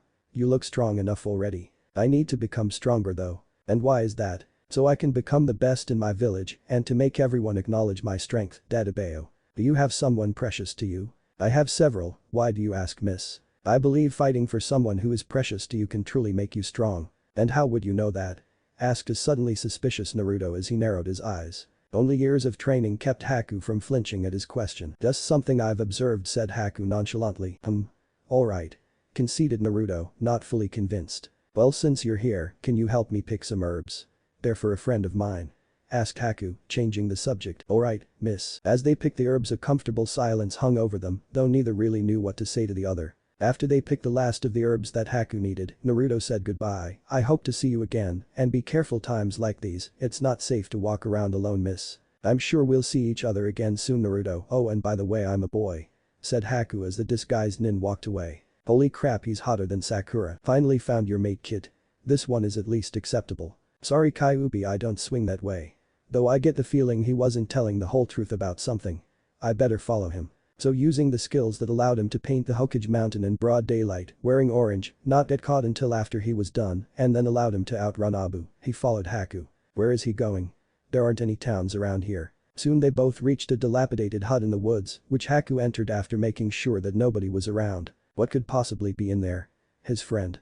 But why would he check to see if the coast is clear? Naruto then snuck in after making a cage bunshin and ordering it to follow anyone who came out that wasn't him, and found Zabuza lying in a bed with Haku standing next to it as an angry-looking midget with 2 bandits yelled at him. "What am I paying you for? You get the job done or I'll dispose of you and find someone who won't be beaten by a bunch of brats." "Keep your panties on, Gato. I was unprepared last time, what with Sharingan Kakashi and some brat with a bloodline I've never seen before," said Zabuza. "I don't care if the Hokage himself showed up. You kill that bridge builder or our contract is finished," screamed Gato as he walked out followed by his samurai bodyguards. "How much longer do we have to keep working for that slime ball? He tends to look at me a little too much," asked Haku. "Until we kill the bridge builder or until something better comes up. He's keeping the hunter nin off our backs, and if we kill him that'll make too much of a fuss." After giving a very feminine giggle, Haku asked, "So which of those kids had the bloodline?" "That was kinda cute," thought Naruto. "The blonde one," replied Zabuza, making Haku stiffen momentarily. "Why, are you interested, little girl?" "Little girl?" Haku told me he was a guy. Unless she was lying to protect herself. "A little bit, no, just wondering. I need to report this to Kakashi-sensei," thought Naruto as he left the shack. But the clone. "Okay, boss said to follow anyone who isn't him, so I guess I'll follow the short guy." After a while the short man and his 2 bodyguards came to a small fortress and he followed them and thinking, who is this loser? Why would he have such a large and well-defended place? "Am missing nin, it's a good thing I never intended to pay the bastards anyways," Gato thought out loud to himself. "And my men will have fun with the girl." "Girl? Does he mean Haku? Haku is a girl. But why would she tell me she's a guy? Unless she was protecting herself," thought the clone. "You all know your jobs, right?"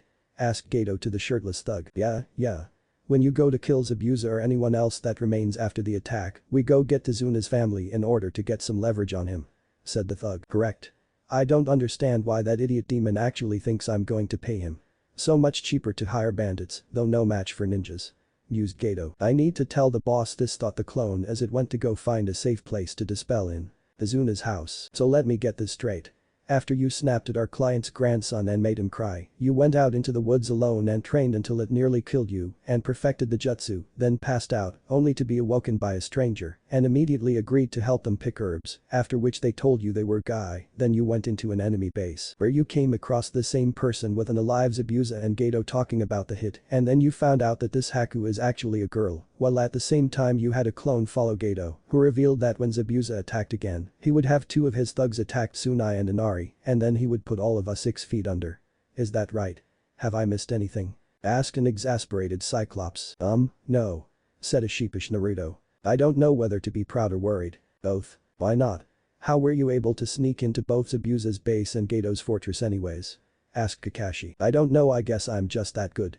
I mean I've been sneaking past Anbu and Jiji and the various clans for years and nobody noticed beforehand. But those sneaking skills of his, and if those pranks of his are any indication, his trap-making skills, I'm going to have to recommend him for special jounin or Anbu when he gets a little more experience and makes chunin. Maybe by then he'll also be a seal master. Anyways, good work Naruto, you may have won us the battle before we even started fighting. At the bridge day of the fight, who did this to you? Tazuna frantically asked a dying worker. The demon said the man as he passed away. Well, it looks like we meet again. And all three of your brats are here. Excellent, I've been hoping for a rematch. Said Zabuza as he materialized in the mist with Haku next to him wearing her full hunter nin battle regalia. Zabuza, wait. We are not your enemies. Said Kakashi. Oh, and who is? Asked the swordsman. Edo is. He never planned on paying you. He's planning to wipe out the survivors after our fight to the death. And how do you know this? We have a trusted source on the inside, explained Kakashi. Interesting. Well, how about we give him what he wants? What do you mean? We spar a little and wait for the prick to show up with his army and then play a little game of who's the better killer. I don't see why not, said Kakashi. So me and you, Haku and your brats. We won't go after the bridge builder since if what you say is true we have no need for him. Why don't you come with us to Konoha? Asked Naruto as he received the memories of the dozen or so clones he left to take care of Gato's bodyguards. What do you mean, brat? Asked Zabuza. Why don't the two of you come to Konoha? You could teach people Kenjutsu and Haku could work at the hospital or as a shinobi with her skills. How do you know I'm female? I thought I told you I was a boy. Wondered Haku. I followed you and saw your conversation with Gato about the Hokage and stuff. Ah. After the various bars in which Kakashi defeated Zabuza once again and Sakura and Sasuke were taken down, non-lethal of course, and Naruto simply hardened his blood under his skin, making the needles just bounce off of him before destroying the mirrors with his Kaketsu Mori Black Blood Lance, Gato came out with his army and revealed his master plan of killing everyone there. He then noticed that no one actually looked all that hurt except for two people on the ground stuck full of needles, but he could see that they were breathing and he wondered what was going on here. Oh, I already knew all that stuff, said Zabuza. What do you mean? These guys told me. Now I suppose it's about time we play who's the better killer, break into your house, steal everything of value, burn the place to the ground and go on to Konoha. Actually, before we go there we're going to the ruins of Yuzushiogakure. Said Kakashi. Never heard of the place. Why are we going there? It was destroyed in the Second Shinobi War and it might have some of my blonde students' family scrolls and jutsus and things like that. The one with the bloodline. Yeah, but that's a different matter altogether. What do you mean? Hey. Impending death, evil businessman, master plan, any of this ringing a bell? Yelled Gato. Oh yeah, I forgot about him. Said Zabuza. Looks like there are around 300 of them. Who's the better killer? My favorite game. The short slaughter, you couldn't really call it anything else, except maybe massacre, consisted of Kakashi attacking a huge group of men with a few Kage Bunsen, shadow clones, while Zabuza and a few Mizu Bunsen, water clones, focused on Gato, eventually killing him, which pissed off the bandits who started talking about killing all the men and taking the women. Before a crossbow bolt hit the ground in front of them, and Inari was shown to be there with around 100 of his fellow villagers, causing the bandits to cut and run before any more of them died. How many you get? Asked Kakashi. 112. Replied the Mist Demon. Damn, I only got 103. Naruto. Do your thing. What do you mean, Kakashi-sensei? Asked Naruto. Remember what your blood analysis said. Explained Kakashi as he pointed to the huge pool of blood. Oh. Said an understanding blonde as he went around converting the normal blood to his Kaketsu, though rather queasily as the thought was rather unsettling, which he then sealed evenly into his two scrolls. We killed 215 of them, at 5 liters each, that's 1075 liters, divided evenly between 2 scrolls, each of which already had 7 liters inside, and you get 544.5 liters inside each scroll. Nice haul, Naruto. Said Kakashi. Thanks. Said the still rather green blonde. So what now, Kakashi-san? Asked Haku. We protect Azuna until the bridge is finished, during which I'll tell the Hokage about you too, then we'll go to Yuzu and see what we can find. Azuna's house next day. Zabuza was currently keeping his promise to the late Gato and was ransacking the dead man's house for anything of value with a rather large sealing scroll that Naruto made for him on the provision that he be given a 20% cut. After laughing at the audacity of the kid, he accepted and left around noon and he still hadn't come back yet. Naruto was talking to his sensei about what they might find in Yuzu when he suddenly smelled himself and decided to take a bath. He had just opened the door when suddenly he caught a face full of Haku clad only in a towel, showing him that Haku was most definitely female. After staring at each other for a moment, Haku went red as a beet and screamed, "Hi. Pervert." Naruto's last conscious thought of that day before he was sent into a well by Haku's righteous fist of female fury embarrassment was Kai. That was kinda cute. Azuna's house next day. What happened? Asked a bleary Naruto as he woke up propped upside down against a wall. You got knocked the fuck out, that's what happened. Said Sasuke as he placed a bowl of cereal and a glass of orange juice on the floor next to Naruto. Why did that happen? Asked a still slightly concussed blonde. Apparently you didn't knock on the bathroom door as Haku was taking a bath. Explained Sasuke. Remembering the events of the night before, Naruto had to wipe a bit of blood from his nose as he got up to eat the breakfast Sasuke had brought him. So where is everybody? Asked Naruto. Downstairs, Zabuza came back sometime last night covered in blood and drunk off his ass. A drunken demon, that's either the funniest thing you'll ever see or the most terrifying. Probably a little bit of both, said Sasuke as Naruto finished his breakfast and went downstairs for more. As he entered the kitchen both Sakura and Haku glared at him and chorused morning pervert. After sighing and mumbling something about accidents, he got a piece of fruit from the bowl on the table and asked Zabuza, so, what did you get? A lot of money, some artifacts, a few weapons, don't worry, you'll get your cut, damn brat. Hey Zabuza, can you teach me that hidden misjutsu? I want to see if I can use my kaketsu instead of water. An interesting idea brat, what do I get out of it? So when will the bridge be finished? Asked Kakashi ignoring the two. In a few days now that no one is sure that Gato is going to kill us all. Said Tazuna. Good. Unnamed bridge day of completion. Thank you for all your help, I couldn't have done it without you. Said Tazuna as he shook hands with all the Leaf Shinobi. It's no problem. Said Kakashi. Alright, part 1 of this mission is done, now on to a part 2, the escort of Naruto Uzumaki to the ruins of Uzushiogakure to assist in the retrieval of his clan secrets. What? Asked Sakura as Sasuke was also shocked. And Uzumaki, huh? Interesting. Mused Zabuza aloud. As the shinobi were walking away, Tazuna and his family and friends were watching them wondering what to name the bridge. The sexy Tazuna bridge of course. Said Tazuna who was only half joking as he puffed out his chest. How about the Great Naruto Bridge? Asked Inari. I like the sound of that. A symbol named after the man who gave us all hope for a better tomorrow. Before you say that in the office they were showing favoritism to Naruto, talking about training him, that may be, but I don't care. Sasuke gets way too much so I'm just evening the score. It's kind of implied in the chapter, but Naruto does have supplies to make seals like ink and blank paper and scrolls. He's just incapable of making anything greater than exploding tags or sealing scrolls at the moment. If you were wondering what Naruto is wearing, here it is. Black shinobi pants with a kunai shuriken holster on both legs, a sleeveless black undershirt, an orange sash, a forest camouflage hooded jacket, a holster for various scrolls, like the shoulder holsters for pistols in detective movies, black shinobi sandals, and 2 hip pouches, one for his sealing supplies, and one for his various other ninja inventory. On the road, the 6 ninjas were tree jumping away from the country of Wave when Zabuza asked the question that both he and Haku were wondering. Alright then I'll bite. Why are we going to Yuzu? It's to retrieve whatever we can of my clan's history and artifacts. Replied Naruto. Why would you go there now? I mean wouldn't whoever had destroyed the place have looted the place? Asked Haku. Well that may have been true at the time, they didn't have an Uzumaki with them and the village was known for its eel masters. Answered Kakashi. Where are we going then? Asked Haku. Well Haku-chan, we are going to the port nearest Yuzu so we can charter passage. Said Naruto. Why don't we just water walk there? Asked Zabuza. These two don't know how. Said Naruto, indicating Sasuke and Sakura. And you do? Asked Kakashi, genuinely surprised. Yep. Said Naruto simply. Whatever dope, if you can do it then I can do it no problem. Said Sasuke. Yeah, you baka. Screamed Sakura. You deal with this every day, Naruto-kun? Asked Haku. Kun? Wondered everyone, put the painfully oblivious blonde. Unfortunately. Said Naruto with genuine emotion. Anyways, we're here. Said Kakashi as Sakura and Sasuke were glaring at Naruto. Port town, we need to find a man who will take us to Yuzu.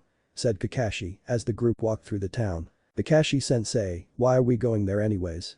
Don't we have better things to do? Asked Sakura, who was honestly just tired of working at the moment and wanted to go home. Because Sakura, it is an order from the Hokage, beyond that, you don't need to know anything unless Naruto deems it necessary, as he is the client of this mission. Said Kakashi. What? Yelled both Sakura and Sasuke, surprised. Gigi funded this mission, but listed me as the client.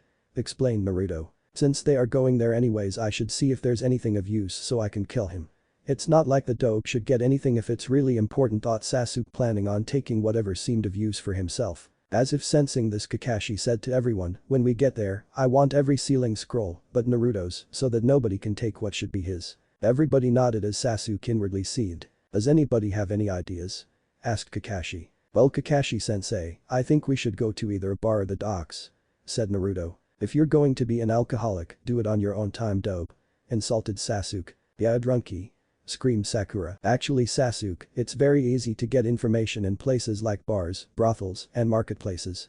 Said Kakashi as his students paled slightly. As everybody waked to the closest bar, Kakashi asked Naruto, so, how are you doing with those techniques you told me about? Well, I've made a successful Kaketsu Bunshin, Black Blood clone, and I've found that they are rather sturdier than my Kage Bunshin, Shadow clone. Zabuza promised he'd teach me the Kurigakur no Jutsu, hiding in the Mist Jutsu, and the Suryudan no Jutsu, Water Style.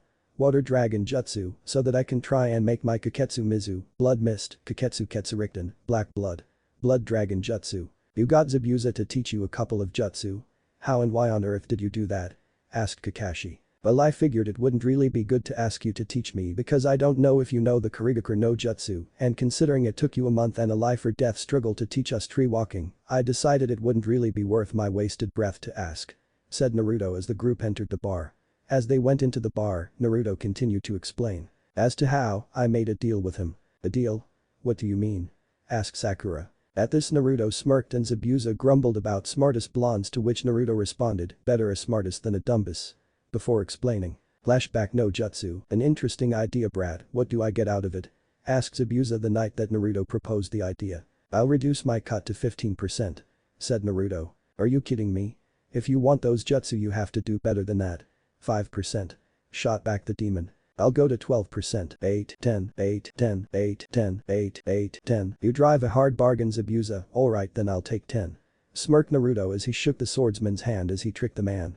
1. But wait, what? You already agreed, old man. Fine, you get a 10% cut. Complained the demon. Flashback no jutsu kai. Only you would have the stones to trick a man who's killed more people than you've had hot meals, said a slightly awestruck Kakashi. Alright, we should start asking around. Said a pissed Zabuza. Kakashi then moved to the counter and placed a bit of money on the counter. Can you give me some information? Asked the Cyclops as the rest of the party looked on. That would depend on the information, Shinobi-san. Replied the bartender. A greasy-looking man who had no hair on top of his head but long stringy hair on his sides. He also had what looked like a stained dish rag over his right eye and was wearing grey breeches and what was once a white tunic under a stained apron. We're looking for someone to take us to Yuzu, explained the silver-haired man. Only one man who would do that. His name is Arashi, too. You can usually find him passed out on his boat at this time of day. Its name is the Blue Sunday, 3, explained the bartender. Passed out? Why would he be passed out? Asked the concerned Jounin. No idea since he doesn't drink. Said the barman as Kakashi went back to the group to go to the docks. Docks at the boat. Here it is, the Blue Sunday, said Kakashi. It's a piece of shit. Observed Sasuke. Well, let's go. Said Haku. The group then walked up the gangplank and saw a man with snow-white hair, blue canvas trousers, a grey sash and black shirt, passed out on the deck with 2 children standing over him, 1 girl, 1 boy, obviously twins with vibrant red hair. They both looked exactly alike except for the length of their hair, with the boys being an inch or 2 long and the girls being shoulder length, and their eyes, the boy having green and the girl having purple. They were dressed in all grey wearing trousers and tunics. WW, who are you? Asked the girl. Hello, I am Hada Kakashi, this is Mamachi Zabuza and his daughter Haku. At this Zabuza raised his non-existent eyebrow but didn't comment as Haku looked rather pleased. And these are my students, Haruno Sakura, Uchiha Sasuke, and Uzumaki Naruto. We were Hop and Nikki. Screamed the 2 children as they tackled the blonde to the ground and proceeded to crush the life out of him in a hug. Nikki? Questioned everybody but Naruto because he couldn't breathe and the white-haired guy since he was passed out. You said Uzumaki, right? They chorused. Yeah, said Kakashi as Naruto started to turn blue from the both of them hugging him. We're Uzumaki too. The twins exclaimed. This is Uzumaki Kihi, 4, and he's 8 years old, said the girl indicating the boy. And this is Uzumaki Asagao, 5, and she's 8 years old. Said the now identified Kihi. And this is Arashi.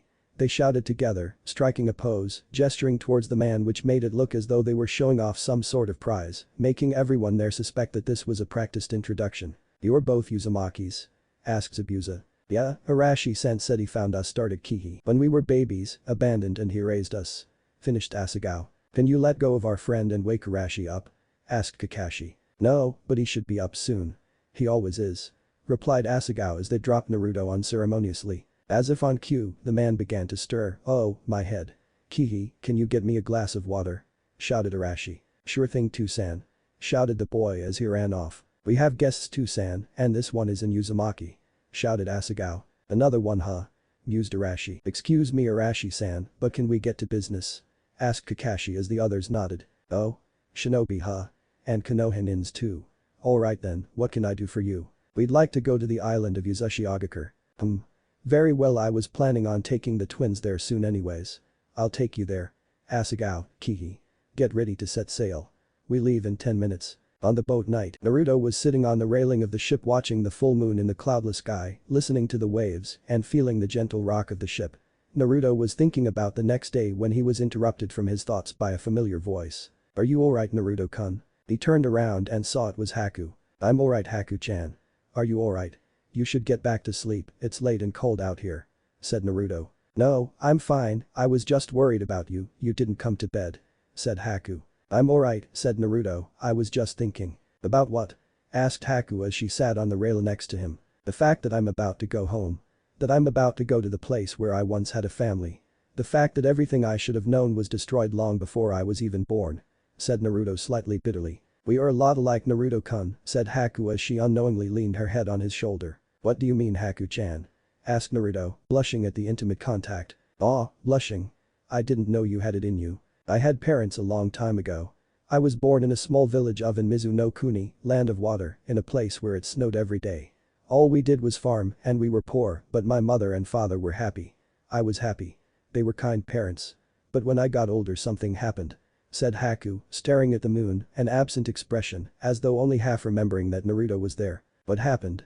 Asked Naruto, leaning against her like she was to him, not sure if she could actually hear him. My father killed my mother and tried to kill me.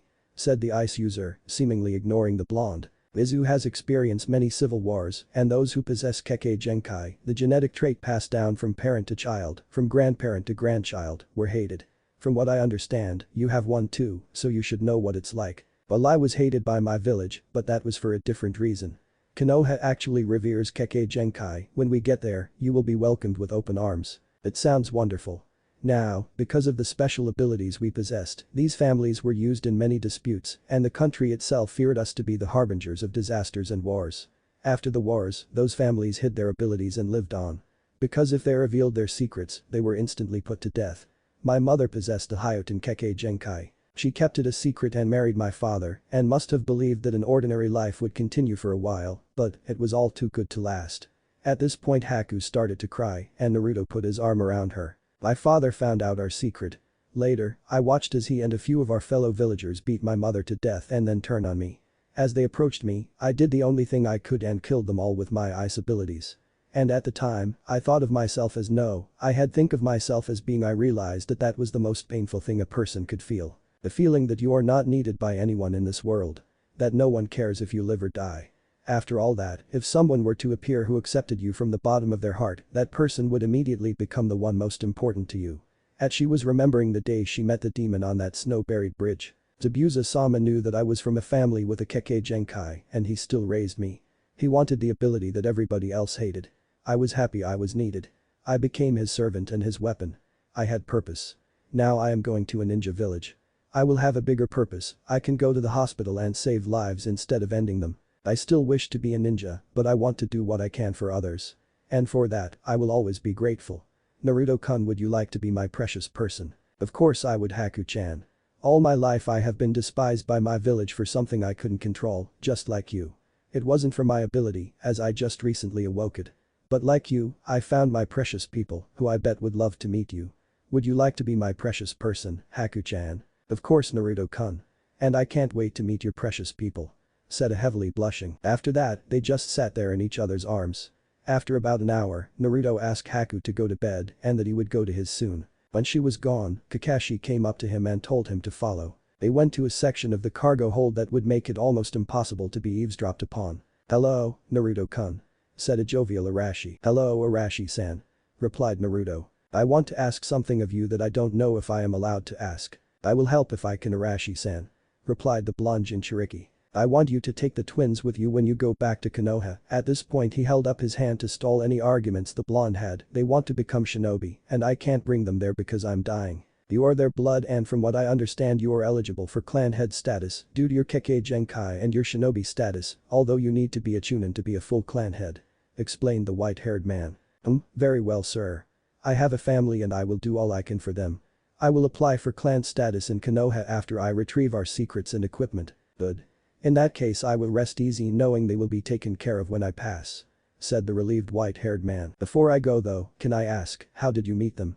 wondered the blonde. "Not much to tell really, I was walking in the woods, I smelled death, I followed, heard crying, came across a clearing in which a looted caravan sat, and found the two of them underneath what I assumed to be their mother, due to the similar hair color. Alright then, good night, Arashi-san," said the blonde walked away to his room. Village of Yuzashiogakur next day. "Wow," whispered Naruto as the rest of the group, which included Team 7, the Kirinins, and the 3 sailors, was speechless. "No kidding," said Kyuubi. They were standing on a ridge overlooking the village. It was a beautiful sight. There were 3 rivers running through it, 2 flowing towards the middle, causing a giant whirlpool, with the 3rd river being much larger than the rest and leading away from the center out of the village. On the shore of the whirlpool, between the 2 smaller rivers, there was a large tower which looked like the Hokage's tower back in Konoha, sitting on a large cylindrical stone platform. Spreading out from the pool were beautiful houses that were all rectangular, spread throughout the city were beautiful, now overgrown, gardens with pillars, gazebos, and fountains. On every man-made object in the city was the Yuzu symbol. Everywhere was the remnants of the invasion, bodies, destroyed buildings, bloodstains, and rusted weapons. 5. After they jumped down, Naruto immediately went to the closest body and examined the hit I ate. "It's the same as the symbol on your flak jacket, Kakashi-sensei," stated Naruto. "Are you okay?"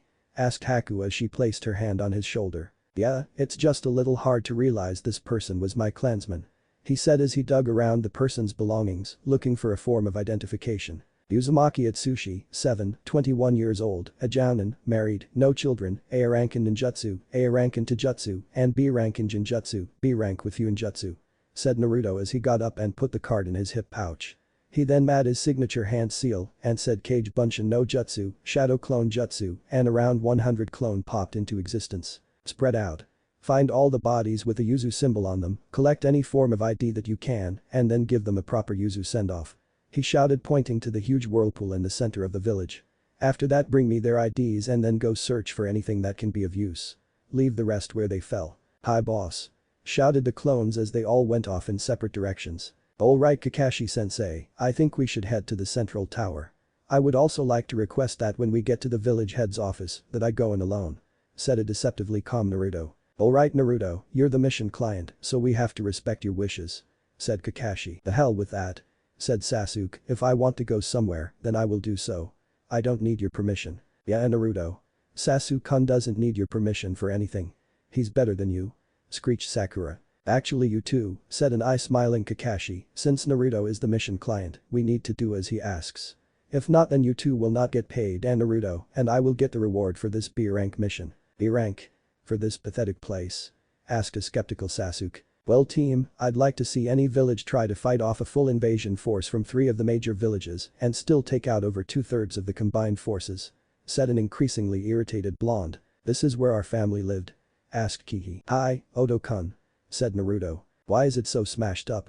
asked Asagao. "Well Amato-chan, our people were so awesome that 3 of the 5 major villages were threatened by them and decided to do whatever they could to not feel that way anymore," said Naruto to the little girl, causing stars to go into the twins' eyes. "Chan, whatever dope the Uchiha clan is better than yours ever was," said Sasuke. "Yeah, I'm not in the mood for a pissing contest," said Naruto as the group reached the tower. Inside the Yuzukage Tower 1st floor, Kage Bunshin no Jutsu, Shadow Clone Jutsu, shouted Naruto as they entered the reception area. "Alright guys, you know the drill. Find IDs, give the bodies a send-off, go find something of use, and bring it all to me." He then brought out a storage scroll which he then unrolled to find a larger scroll. "Kakashi-sensei, can you put everything but the IDs that my clones bring into this scroll and place the IDs into this smaller one?" "Sure Naruto." "Alright team, we'll set up camp here. Naruto, you go on and explore the rest of the building, just be careful." Yuzukage Tower top floor 1 hour later. So far Naruto hadn't really found anything of use when he came across the most ornate door he had found so far. When he entered, he found a room that was a half circle that looked like it took up half of the floor, with the entirety of the curved wall having windows. There were also several bookcases along the wall with a door in it, an ornate desk facing said was with a chair behind it and 2 comfy-looking chairs facing the desk, as well as a couple of couches on either side of the desk facing away from the windows. As he approached the desk, he noticed there was a journal on it with a Uzumaki symbol on it. He picked it up and found that it belonged to the 4th Uzukage's son. "What's this doing here?" wondered Naruto as he tried to open the journal, only to be repelled by a seal. Maybe it's a blood seal, he thought as he bit his finger and spread some blood on the seal, allowing him to open the journal. March 5th, 8. I wonder how Kushina is doing. I know she left to become the Kyuubi's Jinchuriki, but that life is one of nothing but pain. I hope that Mito-sama is teaching her well. Anyways, we've received word that a new war is about to begin. I really wish we wouldn't have to do this, but if Konoha joins then my father will not hesitate to help them. The Jinchuriki of the Kyuubi. Why didn't you tell me about this? You never asked Kit. I can't really tell you anything about her, other than the fact that she kept me in a seal that is way more restrictive than yours. She was my second Jinchuriki after Mito Uzumaki, the wife of the first Hokage, passed away. I see, that's too bad, I'll ask Gigi about it. April 17th. It's war and we've already lost several men. I know we won't make it out of this unscathed, but we will do all we can to minimize losses. I know the Konoha will not let us down. June 3rd. We have heard word of an invasion by 3 separate villages, Kiri, Kumo, and Iwa. We've sent messages for aid to Konoha, but they don't think they can come in time because they have their own problems. I hope we can come through this with as little damage as possible. Several of our civilians, women, and children were evacuated just in case so that our lineage does not die out. That means that I have more family to find. July 20th. The invasion force has arrived. We have already lost several men, including the head of the Uzumaki clan. The barrier seals are holding, so they haven't gotten into the city, but seals of that magnitude take up way too much chakra to be of use for long. We are stockpiling supplies and fortifying lines of defense for the final assault. Our first casualties will without a doubt be the barrier team, as the enemies are camping as close as they can get, waiting to pounce. Well, that's rather depressing. August 12th. Today is the day. We will send out one messenger to tell the SEAL teams to lower the barrier so they at least have a fighting chance. I know the Konoha didn't abandon us, but I am sad to know that we will all most likely die. If you are reading this, you are either now the head of the Uzumaki clan or can take this to them. We have locked everything of vital importance inside the Uzumaki vault below, where this tower meets the shore of the whirlpool.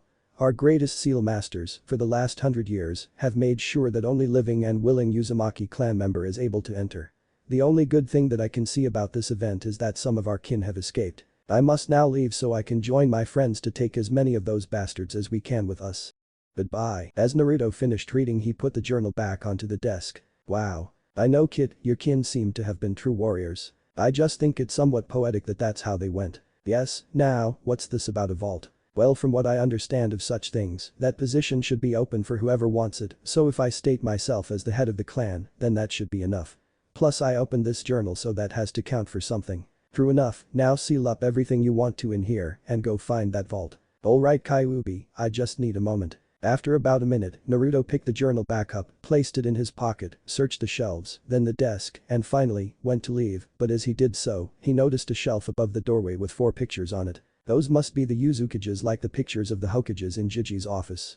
Mused Naruto as he pulled one of the chairs over to the shelf so that he could take the pictures, noticing that they all had the same weapons and armor, and placed them into the scroll he had carried in with him. He then made a clone, told it that the most important things were in the vault and dispelled it, then he left the office. Uzukage Tower, 1st floor. How much has been brought in? Asked Naruto as he walked into the lobby. Several hundred IDs and not much else. Sorry, Naruto.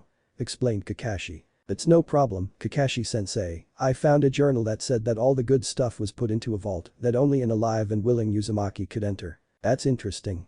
Said Zabuza, I never knew a seal could do that. Neither did I, but the Uzumakis were world-renowned for their sealing abilities, so it's not that big a stretch. Mused the Cyclops. Here, you can check for yourself, said Naruto as he offered the journal. Kakashi then took it, read for several minutes as the rest of the group looked on, and then offered it to one of the twins, saying, damn, you took the words right out of my mouth. Now, let's go hit that vault. HN, you should give anything you find to me, dope. It's not like you should get anything of use. In fact, I should go into that vault and have first pick. Sneered Sasuke. Hell no, team. Besides, only an Uzumaki can enter that vault. You will do as I say. I am an Uchiha. Shouted Sasuke, as in true fangirl style. Sakura agreed. Yeah, Naruto, giving you anything would automatically make it useless. Whatever. Kakashi, I'd like to report to my head ninja guard that his subordinates are being contentious. Of course, Naruto. This will go on the mission report that will go directly to the Hokage. Replied the silver-haired Jounin. Are they seriously like this all the time? Asked Zabuza. I kind of feel sorry for Kakashi-san and Naruto-kun. Replied Haku as Arashi nodded and the twins whispered, poor Nikki. Alright then, let's go. Said Naruto as he led the way to the location of the vault. When they got to the well-hidden entrance to the vault, he immediately noticed the seals. Well, this worked on the book, so let's see if it works now. Said the blonde as he made a cut on his hand and smeared it on the center of the door. Click. The door then swung inwards, and as Naruto turned to the others to ask the twins to accompany him, Sasuke pushed him out of the way and tried to enter the vault, dead set on getting what he felt should have been rightfully his. The key word being tried, because as soon as he took a step onto the threshold, he was blasted into a place somewhere between conscious and unconscious and thrown into the water. Ignoring Sakura's shout of Sasuke-kun and Kakashi starting to fish the emo out, Naruto turned to the twins and asked, "Would you like to come along?" They both nodded their heads and followed the Jinchuriki into the dark opening. The first room they entered was a very large room, which looked to be about half the size of the rock formation that is in. Half of the room was completely dedicated to scrolls of various sizes and purposes. Some of them were on jutsu, some of them were on kinjutsu, some on forging, but at least 70% of them were on sealing, and there were at least 2 of each sealing scroll. On the other side were weapons, tools, armors, and other various things. There was a wide assortment of weapons including, for some reason, a few instruments like a purple guitar. 9. Cool. Shouted the 2 Ritids as Kihi immediately went to the guitar and Asagao went to the scrolls that said medic seals. After Naruto made the necessary clones to seal everything up into the 4 large sealing scrolls, he noticed another door opposite of the entrance that had the kanji for clan head. "I guess that's me," said Naruto to himself as he immediately went to the door. After he entered, he noticed that the room was significantly smaller, about the size of a walk-in closet. The first thing he noticed was a forest green Haori 10 on a mannequin. The next thing he noticed was a stand with the weapons he saw in those pictures of the Uzukages. They were about 3.5 feet long in total with a foot-long curved foot, long bandage wrapped hilt, and a 2.5 foot long blades that looked like a cross between a saber and a katana, neither of which had Itsuba. After that he saw another display with a storage scroll and a scroll with the kanji for wolf and one with the kanji for tiger on it. Taking the Haori off the mannequin, he noticed that it was way heavier than it should have been. He then saw a letter attached to the mannequin and decided to read it, putting the garment back for the moment. "Dear Yuzukage, I have finished that Haori you wanted to your exact specifications. There are 7 layers to it. The first 2 are a layer of my highest quality cotton on the outside and silk on the inside. Below those on the outside is a layer of fireproofing and waterproofing seals, and on the inside a set of temperature regulators. Apply chakra to the left chest area to lower the temperature and the right to raise it. Below those are 2 layers of my highest quality stainless steel fibers, weaved life fabric, and the final middle layer is a layer of overlapping shingle-like small metal plates, each about an inch in length and width. One again, all materials used in this construct were the highest grade I could possibly acquire. I have included several hidden inside pockets and pouches for weapons and sealing supplies, and I have put that fitting seal you told me about between the shoulder blades. Just focus some chakra into it and it will fit whoever is wearing it perfectly. This could very well be my masterpiece, and I thank you for allowing me the opportunity to make it. I hope it serves you and the future heads of your clan well. Signed Higurashi Takumi 11. Midset 2 days before the journal said the Uzumaki clan head died, which means that he probably never actually wore it. This is the most awesome thing I have ever seen. Thought Naruto, amazed at the sheer amount of care and consideration that went into the garment as he placed the letter into his left hip pouch. Indeed Kit. The seals protect against fire and water jutsu and prevent you from dying from hypothermia or heat stroke. The steel weave offers slashing protection and the metal plates offer piercing protection. It is truly an impressive garment and the silk and cotton give it comfort and aesthetic appeal. Observed the demon fox. Naruto then turned to the swords and drew one of them. It's a beautiful blade, maybe you don't need those claws after all. I bet Kiba would like them. Dog breath. Yeah, he would probably like that. Maybe when you reinstate your clan, you can give them to him as a way to try and make a clan alliance. The clan alliance? What do you mean? I mean that you need to get in good with the other clans so that if something untoward were to happen to you, you could have friends to bail you out. Interesting. What do you think I should do with those summoning scrolls? He asked as he sheathed the blade and strapped the 2 of them to his back, with the hilt sticking over his shoulders. Something tells me you should wait before you sign one. Replied Kyuubi. Naruto then took his jacket off his body and the Haori off the mannequin again and put it on, noticing that currently, it was several sizes too large. He then focused chakra into the seal in between his shoulder blades and after a flash of bright light and he could feel the Haori shifting on him. When it was finished, it looked the exact same just to his size. It was loose enough to be comfortable, but not enough to be hampering. The sleeves were long enough to cover half of his hands, but again loose enough that it wouldn't hamper his hands. A cursory examination found several hidden pockets in the sleeves, armpits, and even the lining of the garment. This thing is awesome. Hey, that scroll said Higurashi, right? Isn't that the place you got all your clothes and stuff? Asked the fox. Yeah, you're right. Perhaps I should thank them. When we get back I'll have to find out what's in that sealing scroll," responded Naruto. He then sealed up the 3 scrolls and placed it in a pocket inside the Haori and left the room empty but for a single mannequin. When Naruto made it back to the other room he found that the only things in the room were the twins, one with a medical seal scroll and one with a purple guitar, and what appeared to be a manual on how to use it, a single clone, a large box, a single sealing scroll into which all the others were sealed, 12, and several empty shelves and weapon and armor racks. "You gonna keep those?" asked the blonde Uzumaki. The two of them simply nodded, too engrossed in the scrolls that they were holding. "What's that?" asked Naruto to his clone, indicating the box. The clone, for some reason, seemed nervous as he opened the box and pulled out a single object. It was an Uzushiogakure hit I-8. Naruto hesitantly reached out a hand and took the headband. He then tied it around his neck like a collar and sealed the box with the rest of them into the scroll. He then dispelled the clone and placed the scroll in a pocket and gestured the twins to follow him. Outside, Aku was watching the entrance of the vault and by this time Sasuke had been fished out, had tried to go in again, was fished out again, had sworn, sat down on the shore to dry off and spurned Sakura for a date, while all the others had just sat by the entrance. She saw the 3 of them and immediately noticed Naruto's changed outfit. Blushing at how good he looked in his new Haori, she called to them, "Hello, Naruto-kun, Asuga-chan, Kihi-kun, it looks like your search was fruitful." "Hi, Haku-chan, everything is all sealed up, me and Kihi have weapons, Asagao is studying scrolls, I got this awesome Haori, and a few more things that are to say the least, badass. Chan, you don't deserve anything dope, it should all go to me. I'm the last Uchiha. Give me those swords," demanded Sasuke. "Yeah, and Naruto.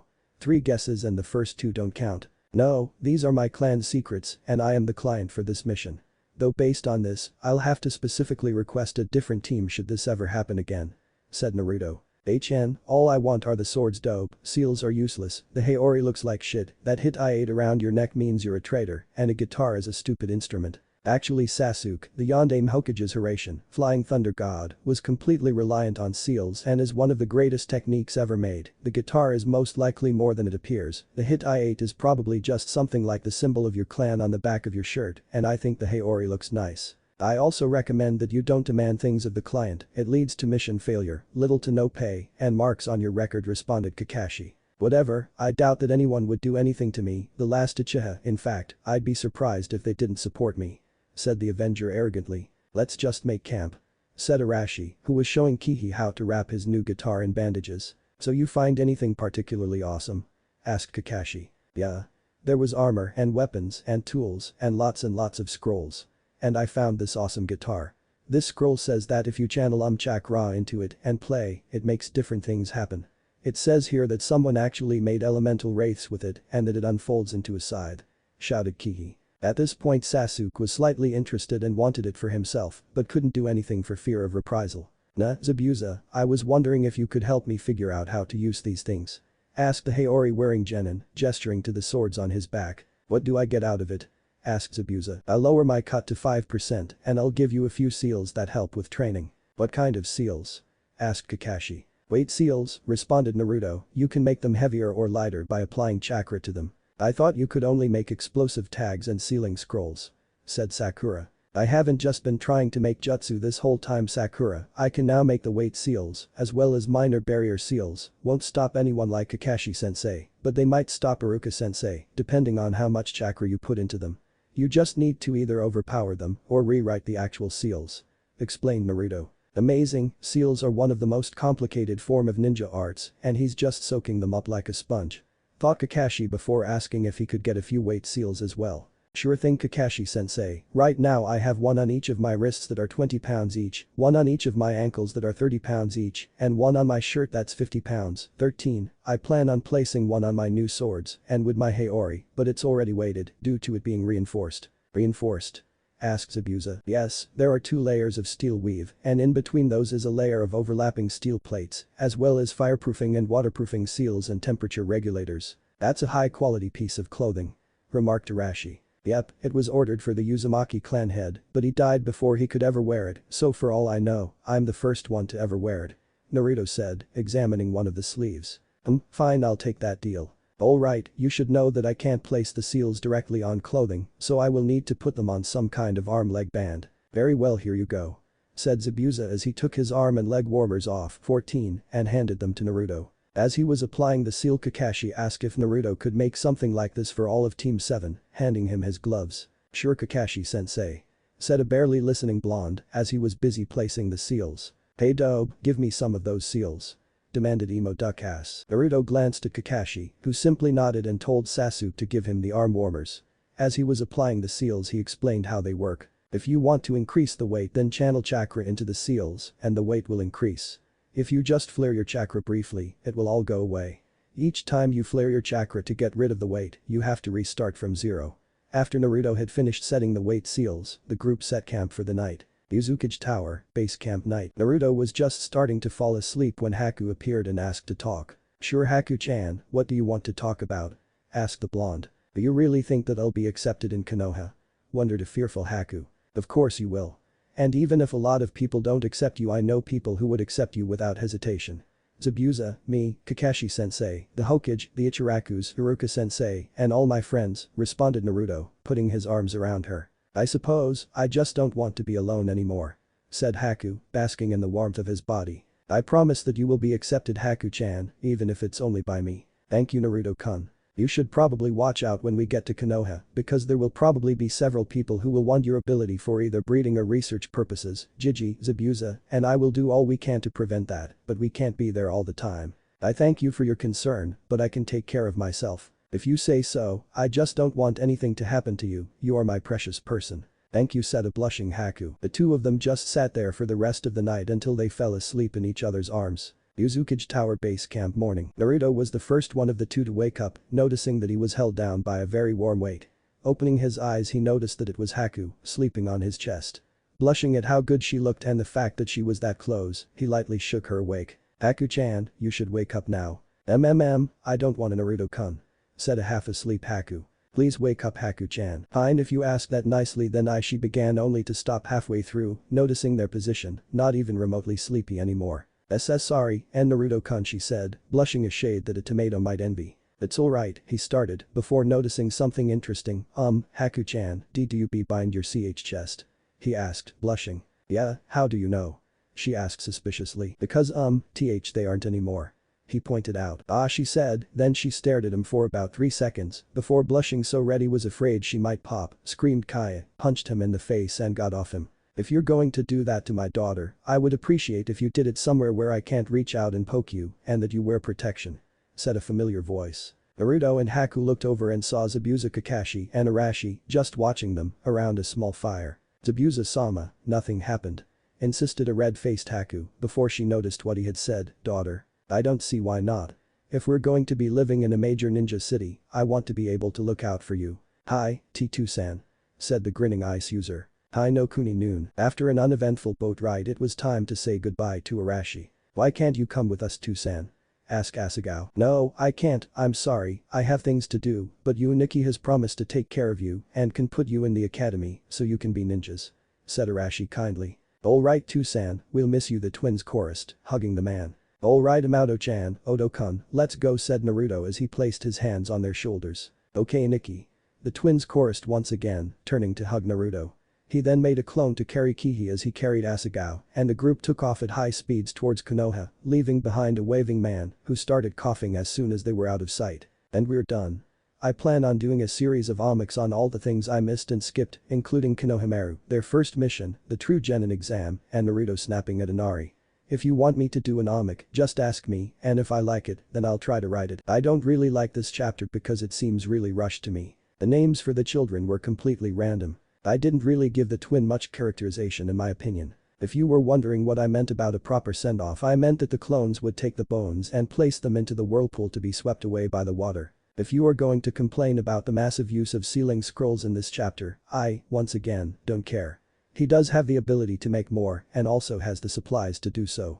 I think I got a little harder on Sasuke and Sakura in this chapter than the others. I saw a commercial for that show, Toddlers and Tiaras, and I've got to say this.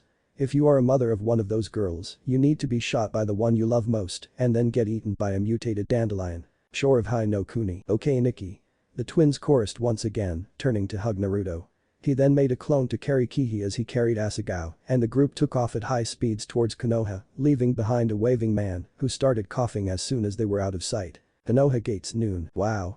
shouted the twins as they looked upon the massive stone and wood structure that were the gates of Konoha. "If you think this is awesome, just wait until I show you the rest of the city," exclaimed Naruto as the group started to make its way to the Hokage Tower. "This place is rather interesting," said a rather withdrawn Haku, but before Naruto could comment on her, to him, strange new behavior, Zabuza asked, "Where are we going?" "The Hokage Tower, in order to report on the mission, get the four of you situated, and to show what Naruto retrieved for his clan," explained Kakashi. "You mean our clan?"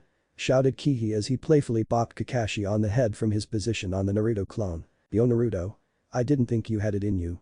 "Two kids, when do I get to meet the mother?" shouted a familiar voice. As they all turned they saw that it was teammate, and the one who had yelled was a boy named Kiba who had black slit-like pupils, no irises, red fang-shaped tattoos on his cheeks, and was for some reason wearing a fur-lined winter coat with a dog named Akamaru on top of his head and wearing his leaf Hittite on his forehead. "Why do you humans love dogs so much? They may be loyal, but that's because they're stupid. Now if you had a fox clan, that I would understand," commented the fox. "Actually dog breath, this is my Atoto-kun Uzumaki Kihi and my Amato-chan Uzumaki Asagao," said Naruto, trying to hold in his laughter at the Kyuubi's remark to the gobsmacked team as Team 7 continued on to the Hokage Tower. Hiba, pulling out of his disbelief first, caught up to the team, put his hand on Kihi's shoulder and said, "I feel your pain. Boy," shouted Naruto, "just for that, I'm not going to give you the thing I was gonna." "Oh? And what's that, an excuse for me to kick your ass again?" "No, I was going to give you something I found on our mission, but never mind." "And then Naruto-kun, why you shouldn't judge Kiba so harshly," stuttered a girl named Hinata. She had blue hair, white pupil-less eyes, a fur-lined lavender jacket and a perpetual blush and was wearing her Hittite around her neck like Naruto's Yuzu one. Alright," grumbled the blonde as he put down Asagao. "Here, I thought you might like these," he said, unsealing the Demon Brothers gauntlets. "Holy shit. These things are awesome," shouted Kiba who had stars in his eyes. "Umbus, where did you get those?" asked their sensei, a woman named Kurenai. She had red eyes, black hair, and a dress that looked to be made out of bandages with a thorn plant stem pattern with a single red sleeve with her Hittite like Kiba's. "Alright kid, I gotta say that I approve of that one too. I got them off of the Demon Brothers," started Naruto. "Kurenai the woman offered." "Kurenai sensei." Naruto finished. "The Demon Brothers? How on earth did you get those from them?" she asked. "Spoils of war, Kurenai sensei," responded Naruto as he handed the gauntlets to Kiba, picked up Asagao again, and the group continued on to the tower. "A little large, don't you think?" asked the last member on the team, a boy named Shino, with black sunglasses, slightly gravity-defying brown hair, and a large coat with the collar up covering everything up to his nose, wearing his Hittite like Kiba's and Kurenai's. "I know a place where you could probably get them fitted," said Naruto. "Really? Where?"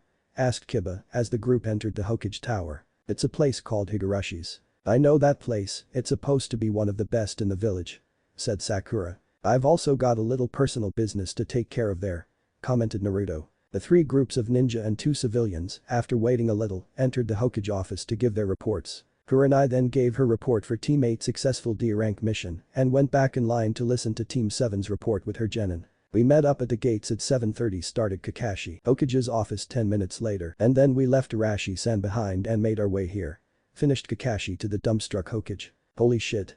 Naruto has a Kekkei Genkai," screamed a disbelieving Kiba. "Yep," responded the blonde as he held up his hand to allow his blood to flow out to make a perfect model of Akamaru. "Wow. Due to the dangers and the effects of the C-ranked mission, I will be marking it down as an A-ranked mission in each of your records, however, you will only be getting the standard C-rank fare.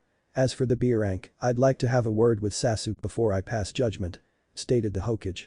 He then turned to Zabuza and Haku, "So you two would like to become citizens of Konoha? And why should I let two missing nins join my forces?" asked the old man. "Haku here was never actually a shinobi, so she's just a civilian with the Hyuten Kekkei Genkai, so no one would care if she joined a village. As for me, Kiri is too embroiled in their civil war to really care if I join a village. Also I can teach Kenjutsu and things like that to anyone I deem fit," responded the demon. What do you think, Kakashi?" inquired the Hokage. "I'd say give them a chance," said the Cyclops. "Very well, Mamachi Zabuza, you are hereby instated as a Jounin of Konohagakure. You will be given an apartment, a leaf Hittite, and a Jounin flak jacket, and a dojo if you request it, but will be placed under a year's probation. Meaning no solo missions over a C rank, no traveling outside the village other than for missions, a tale of Anbu inside the village, and you will be spending the night in the T&I department. Yuki Haku 1, you will be given the rank of chunin, with the same stipulations as Zabuza, but if you wish to work in the hospital you may. Do either of you have a problem with this?" Actually, I would be appreciative if my daughter could live with me. Replied Zabuza. Oh? Daughter? Alright then. Thank you Hokage-sama. Replied Haku. Alright Naruto-kun, I'd like you to tell me exactly what you found inside that vault. Asked the Hokage. Alright Jiji, but first, I'd like everyone but Kakashi-sensei, Asuka-chan, and Kihi-kun to leave. Kiba, wait outside and I'll take you to that armament store I was telling you about to get those claws fitted. Responded Naruto, shocking everybody there that he could call the most important and powerful man in the village Jiji. What? It was just getting to the good part. Complained Kiba as he and the rest of his team left. Why can't we stay? Asked Sakura as Sasuke nodded. Because your mission client, your sensei, and your Hokage say so. Replied the third. I want to see what he found, so I'm staying. Replied Sasuke. You will leave. Now. Said the Hokage. After a little bit of grumbling Sasuke finally left. Alright Jiraiya, you can come out now. Hiruzen told a seemingly empty piece of wall. Alright sensei. Said a man who seemingly materialized out of thin air. He had long, spiky white hair, a horned hit-eye with the kanji for oil, wooden jetta, and green battle kimono with a red vest. Who are you? Asked Naruto. Who am I? I am the man who makes other men shake in fear, the man who makes women swoon with just a look, the man with the never-ending charisma, the world-renowned author, one of the Densetsu no Sannin, the legendary Toad Sage, Jiraiya. The man shouted doing a strange dance. Never heard of you? Naruto told the man who then face-faulted, so what are you doing here? Your family were seal experts, and since I have the most knowledge of them, I'm here to make sure nothing explodes and kills us all. Replied the Sannin. You're a seal master? After Jiraiya nodded he asked, can you teach me to be one too? I want to do my family proud. Sorry Gaki, I only teach apprentices. Now first of all I'd like to see this journal you found. Asked the Hokage. Before that, I'd like to make a few requests Jiji. Asked Naruto. And what would those be? I would like to apply for clan status, adopt Kihi-kun and Asuka-chan as my siblings, and put them into the academy. I don't see why any of those things would be a problem, your family was a clan once, just in a different village, you just need to be at least chunin to be a clan head though, the children are your actual blood and flesh family, so there aren't any legal loopholes to stop you from adopting them, and anyone can go into the academy if they so choose. They'll just have to wait until the beginning of the next academic year. He said as he took out several forms. Naruto nodded and then placed the journal, the letter regarding his new Haori, along with said garment, the 2 summoning contract scrolls, the sealing scrolls, and the swords on the desk. He then motioned his new siblings to do the same. Medical seals. I don't suppose you could let me see those could you Gaki? Asked an interested Sannin, as the third picked up the journal and began to read. Sorry, but only clan members can learn those. Replied a smug blonde as he filled out the paperwork and described everything his clones had found. Smartest thought and amused Jiraiya as he started to read the letter regarding the Haori. After the two of them had both finished reading the journal and the letter, they looked at the summoning scrolls, finding them legitimate. They then asked what was in the scrolls. All the stuff in the initial chamber is in this one, the IDs are in this one, and this one I have no idea because it was just sitting there with the summoning contracts. Replied the blonde, indicating the scrolls one by one. Alright Naruto, I will make the announcement about your clan tonight. Come here at around 7 for the meeting with the council. After that I'll show you to one of the empty compounds of the village set aside for new clans, where you can show me the rest of what you found. Said Hiruzen. Digi, I'd like to request that a shrine be erected in the compound so that I can place these IDs there and so that my future clansmen may remember the fallen. Of course Naruto, when we go there, I will bring a carpenter friend of mine and he will build one wherever you ask. Alright Jiji, if that's all I'd like to show my now family and friends around the village. Said the Jinchuriki. Very well, dismissed. Replied the Hokage. Naruto and his siblings then retrieved everything that they had put on the desk and left the office. After the three of them had left, Jiraiya turned to the Hokage and asked, are you sure about this? I mean, the council is going to go ballistic if the Gaki tries to start a clan.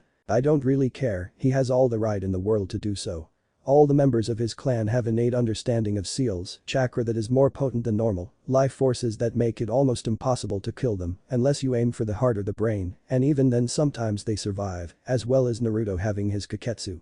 Did you see Asuka-chan? She was reading that scroll on medical seals and she didn't even look fazed. And the weapon that Kihi-kun had sounded like a formidable tool. What if the council demands that he hands everything over to one of the other clans? Asked Kakashi. I'll tell them that if one of the clans wants something, they will have to give him something of equal value of theirs in return. Said Hiruzen. What of the girl, Haku? Wondered a concerned Jiraiya. I will place her under my protection to keep her away from people like Danzo. Said the third sternly. Will you teach Naruto? Asked Kakashi of Jiraiya. I'll teach him seals, at least until you say it's alright to teach him other things, like the toad summon, if he doesn't want to sign either of the ones he got in Yuzu, and I'll teach him the Rasengan during the chunin exams. I don't really mind, you can teach him anything you wish. But before that, Hokage-sama, I'd like to recommend Naruto for either Anbu or Special Jounin on the basis of his chakra reserves that are almost as high as yours, as well as his exceptional sneaking and trap-making skills, as well as his sealing capabilities," said Kakashi. To say that both of the other men were shocked would have been an understatement of the century. "Do you really think that he's ready for that kind of work?"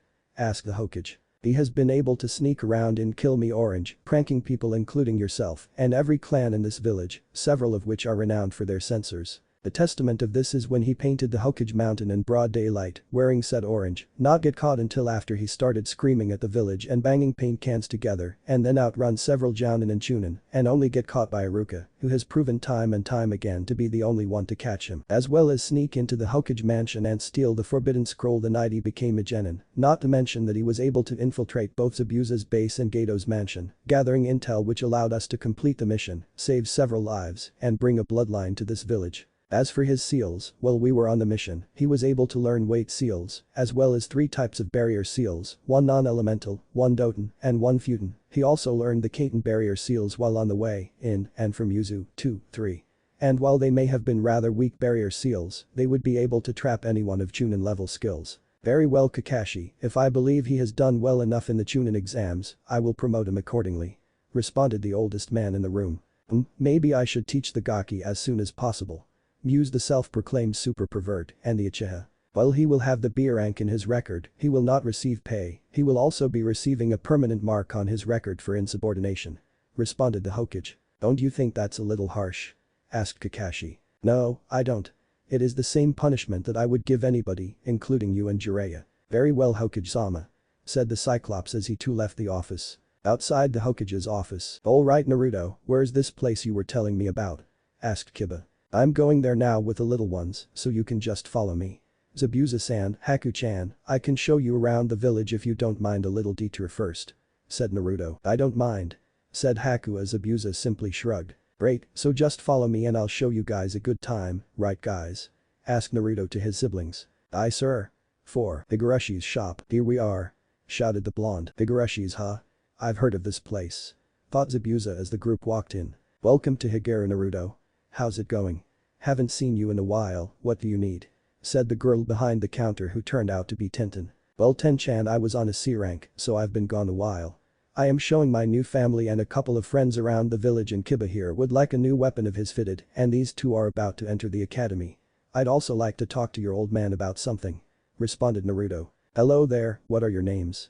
asked Tenten of the twins. "This is Kihi," said Asagao. "This is Asagao," continued Kihi. "And this is Araniki." They both finished, doing the same pose that they did when they introduced Arashi, making everybody who was there sweat drop. "Nice to meet you. I'm Tenten. Name's Kiba and this is Akamaru," shouted Kiba as Akamaru barked from on top of his head. "My name is Haku, Tenten-san, and this is Zabuza-sama," said Haku, bowing to the girl. Okay," said Tenten, not really comfortable with the formality. "I'll go get him Naruto." "Thank you." After Tenten left, the group started going around the store just browsing. Once again, Kihi immediately headed for the weapons section, along with Naruto. Asagao headed for a selection of battle kimonos, Kiba waited by the counter, along with Haku and Zabuza. After about 5 minutes pass, Tenten came back with a man who they could only assume was her father. He was an average-sized man, well-muscled, had salt and pepper hair, and was completely covered in leather except for his head, which had a pair of black goggles on top. "Hello there, I am the owner of this fine establishment, you can call me Higurashi, everyone does," said the man rather cheerfully. "Hello Higurashi-san, my name is Uzumaki Naruto, I'd like to talk matters both personal and professional with you, and my friend here would like to get something fitted for him," said Naruto. "Very well Uzumaki-san, I'll take your friend's measurements first and then we'll talk," responded Higurashi, now completely business. Kiba then placed the gauntlets on the counter and allowed the man to take his measurements. After he was done he took the gauntlets away telling Kiba to come back in 3 days with the payment amount which, luckily, the genin could in fact pay. "Alright Uzumaki-san, follow me and we can talk." Naruto then followed the man down a hallway and into a small room with a desk and 3 chairs, 1 behind it and 2 in front. As Higurashi sat behind his desk, he motioned for Naruto to get comfortable. "Now, what is it that I can do for you?" he asked the genin. Instead of answering, Naruto took off his Haori and put it on the desk along with the letter. He then took out his one remaining empty sealing scroll, several explosive notes, and 4 of each barrier seal. This is all rather nice, and I haven't seen barrier seals for years, but what do they have to do with me? Well, Higurashi-san, I was hoping to thank you. Well, you may not have made this Haori personally, it did come from here, Naruto replied, indicating the letter which Higurashi picked up and started reading. I was wondering if you could recreate and/or repair it if asked to for me and my young siblings when they become genin. As for the scroll, tags and seals, I was wondering if I could sell them to you. And why would I be interested in buying your seals? Asked the man who had just finished the letter. Because I made them. I was hoping to make a deal with you. I provide you with seals and you provide me with a cut as well as the necessary materials with which to make them. And as I learn how to make new seals, I show them to you and you decide whether or not you wish to sell them with the same conditions. Answered the blonde. Very well, I'll give you a 20% cut since I'll be the one providing the materials to make them. You will come in once a week to maintain a number of tags and such which we will agree upon at a later date. 5. As for the Haori, you provide me with the seals and yeah, I could make and maintain a few for you. But, before we do anything, I'd like to test the authenticity of your work. I'd like you to make each of these things in front of me and activate it. For the barrier seals, I do know a clone jutsu or two. Actually Higurashi-san, I know the Kage Bunshin jutsu, shadow clone technique, so I can use them to test the barrier seals. Is that right? Very well then, come out back and we can get started.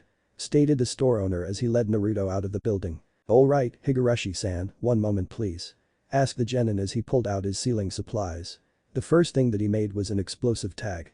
He then slapped it on a tree, walked back to the man, and activated it. The resulting explosion blew the tree in half. He then took a blank scroll and made a new seal on it. Afterwards he dragged the top half of the tree on top of the scroll, and with a poof, it vanished. Next, he took a rather large rock and handed it to the older man. After the man held it in his hand for a few seconds to feel its weight, he gave it back to Naruto, who started to write a new seal directly on the stone. When he was finished, he handed it to Higurashi again who started pumping chakra into it, feeling it get heavier and heavier. He then flared his chakra twice in quick succession, making the extra weight disappear. 6. Finally, he made 31 clones. 16 of the Narutos then took out a piece of paper and wrote seals in 4 groups of 4. They then separated into 4 groups of 8, each with 4 in a square pattern, 7, 2 inside the square, and 2 outside the square. The first group of Narutos in a square then placed the seals on the ground with each of them inside the barrier facing out. 1 on the inside and 1 on the outside then punched the barrier, showing that it was like punching a wall. They then threw kunai at the barrier and they simply bounced off. The barrier was then lowered as the 2 Narutos dispelled and the 4 in the square position switched so that they were outside the barrier facing in. They then did the same round of tests with the same results. After the barrier had been proven effective, all 8 Narutos dispelled. The next group was the Doton barrier group. They did the same rounds of tests, starting this time with the kunai test. While the 4 in the square were facing out, the kunai thrown from the inside simply bounced off, while the ones on the outside simply fell with a dull thud, the reverse being true when the 4 were on the outside facing in. When the Narutos punched the barrier, while it had the same effects, it was simply isolated to each Naruto's arm. After that group had dispelled, the Kaiten group was up. The group once again started with the kunai test, with the ones on one side bouncing off and the ones on the other side bursting into flames. With the punch test, the ones on one side simply hit while the clones on the other's arm burst into flames. Finally, there was the Futon barrier. The group once again started with the kunai test, with the ones on one side bouncing off and the ones on the other side being cut in half. With the punch test, the ones on one side simply hit while the clones on the other's arm got littered with little cuts all the way to the elbow that alone wouldn't really do anything, but together would quickly become a problem. 8. 9. After the whole display was finished, Higurashi stood there for about a minute and said, Very well, I will sell your seals with the agreed upon conditions. Pleasure doing business with you, Higurashi-san. A word of warning though, these seals are Gi basic elemental seals, and while they can capture anyone up to chunin levels, anyone with adequate sealing abilities, which apparently no one does, can rewrite the seals, and those with high enough chakra levels can simply overload them. Also they can't cover a large amount of distance, so the seals can be at most 5 yards away from one another. 10. Said Naruto as he shook the man's hand. I'll make sure to put that on the box, just make sure you come to me with any new seals you make. Come back tomorrow and we'll iron out the details. As Naruto turned back to leave, he realized that he had gotten an audience. Well done, Gaki. I think I have just reconsidered teaching you seal work. Said Jiraiya as the group left the area. What changed your mind? Asked the dubious blonde. Well, it was mostly the fact that you learned how to do all that in a couple of months and books can only take you so far. You have a lot of potential, and I'll teach you other things besides sealing if you'd like," answered the pervert as the three of them entered the main part of the shop to find the Kiba had left and the others were simply waiting for him to arrive. "Aniki, can we go see the village now?" asked an impatient Kihi. "Sure Toto-kun," answered the blonde as he led the child to the window. He then made a sweeping motion with his arm and asked, "See? That's not funny Aniki," pouted the boy as his sister giggled. "Alright, is there any particular place you'd like to see first?" asked Naruto of the group. "How about the academy?" asked Kihi. "The hospital," said Haku. "The training grounds," said Zabuza. "The restaurant?" asked a blushing Asagao as her stomach growled. "How about we go get something to eat? I'll show you guys where the academy and the hospital are since they are close together and then I'll take you on a tour of a few training areas. After that, I'll show you some of my favorite spots," inquired Naruto. "Sure Aniki," agreed the twins as Haku and Zabuza nodded. "Hey Gaki, I leave you guys to it. I'll see you when you meet back up with Sarutobi-sensei," said Jiraiya. "Sure thing Oyaji. I'm not old you little brat," shouted an irate Toad Sage. "Oyaji's funny," chorused the twins, giggling causing Jiraiya to face fault. "Whatever," he said as he left. 3 hours later, the group had just one more place to go before they finished Naruto's tour of the city, with the only things that had really happened were the group leaving Zabuza behind at one of the training grounds for a spar with a man with a green jumpsuit and massive eyebrows, 11, who Zabuza claimed offended my eyes, and Tucci at Ichiraku's going into the back room of his stand and shouting something that sounded like "I'm so proud of you" after Naruto introduced Haku, while his daughter Am fawned over the twins. "Come on you guys, I want to show you my favorite place in the whole village," shouted an ecstatic blonde. "But Aniki, I thought you said the raiment stand was your favorite place," pointed out Asagao. "That's my second favorite," he amended as he led the group up a flight of stairs. After about 5 minutes of walking, the group came upon a platform on top of the Hokage mansion. Naruto then motioned the rest of them to follow him and sat down on top of the fourth Hokage's head with Asagao in his lap. Haku then sat down next to him with Kihi in her lap. "This is beautiful Aniki," remarked an odd Asagao. "No wonder you like this place so much Naruto-kun," mused Haku. "Heh, Naruto-kun, you oblivious dumbus," thought the fox. "You guys should come here during dawn or dusk," Naruto told them. Then they just sat there until it was time for Naruto to meet with the Hokage in the council. Hokage's office. "Hello Naruto-kun, how was the tour of the where is Zabuza-san?" asked the Hokage. "The tour went great Jiji." Zabuza went off and started sparring with a guy with huge eyebrows, responded Naruto. The Hokage then sighed and asked the Anbu in the room to go get him. "Very well, I will take you to the council chambers." He then got up and led them out of the room. "What is the council Jiji?" asked Kihi. Amused that there was another person who called him Jiji, he answered the boy. "The council is made up of the heads of all the shinobi clans, a few of my own advisors, and some of the more prominent civilians." "Wow," responded an awed Kihi. "Does that mean that you'll be on the council one day Aniki?" asked Asagao. "I guess so," responded Naruto as the group stopped just outside the council chambers, waiting for Zabuza to show up. "Hey Gaki," said Jiraiya to Naruto. "What do you want Oyaji?" "Stop calling me that," shouted the man. "I wanted to talk about my teaching you. I was thinking that I could teach you in the afternoons after your team dismisses for the day." It was while they were discussing Naruto's training that Zabuza finally showed up covered in bruises, cuts, and filth. Choosing not to comment at the moment, the Hokage opened the door and allowed the 5 people with him to go into the chamber first, with Uriah staying out. As Hiruzen took his seat, the council was whispering among itself as to what the demon brat, 2 children, a girl, and the infamous Mamachi Zabuza was doing in the council chambers. "Allow me to start this meeting. I would first like to introduce these 5. They are Uzumaki Naruto, Uzumaki Asagao, Uzumaki Kihi, Yuki Haku, and Mamachi Zabuza." During a mission, Naruto encountered them and convinced them to come to Konoha. As of today, Yuki Haku is a chunin of Konohagakure and Mamachi Zabuza is a jounin.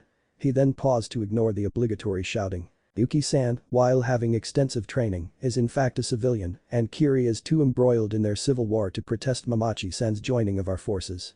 Yuki-san is a carrier of the Hyuten Kekkei Genkai, and Mamachi-san is a master Kenjutsu specialist, something which we are sorely lacking in Konoha. Noticing one man in particular staring at Haku with a rather hungry look, he continued to say, "And Yuki-san is to be placed under both my protection and the protection of the Sarutobi clan, so that nothing untowards will happen to her. The Nara clan offers their protection as well," said a man with black hair tied in a pineapple-shaped ponytail and 2 scars on his face. "As does the Yamanaka clan," said a man with blue eyes and blonde hair tied into a ponytail. "As does the Akimichi clan," chimed in a huge man with wild red hair, old-style armor, and what looked like paint on his face. At this the man looked rather annoyed, but quickly hid it in a mask of seeming indifference. "You can't hide from me, you old warhawk," thought the Hokage before he continued with his announcements. "May I ask what has happened to Zabuza-san?"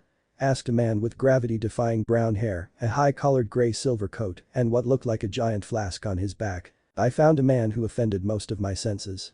Green jumpsuit-wearing bastard, screaming about Kami knows what," huffed the demon, causing many in the council to shudder, knowing of the eccentric jounin known as Guy. "I would also like to announce the reformation of the Uzumaki clan in Konoha, with Uzumaki Naruto, Uzumaki Kihi, and Uzumaki Asagao as members," stated the Hokage, pausing again for the civilian side of the council to express their outrage, while the shinobi side and the advisors looked apathetic. "I would also like to announce that Genin Naruto will be instated as clan head once he becomes chunin, and that he has gone, with my permission, to the ruins of Uzushiogakure where he found several clan artifacts and scrolls, including his Haori, swords, and young Kihi's guitar. As such, I will be giving him one of the empty districts set aside for when new clans are established within the village." "You can't do that," shouted one of the civilian council members. "And why not?"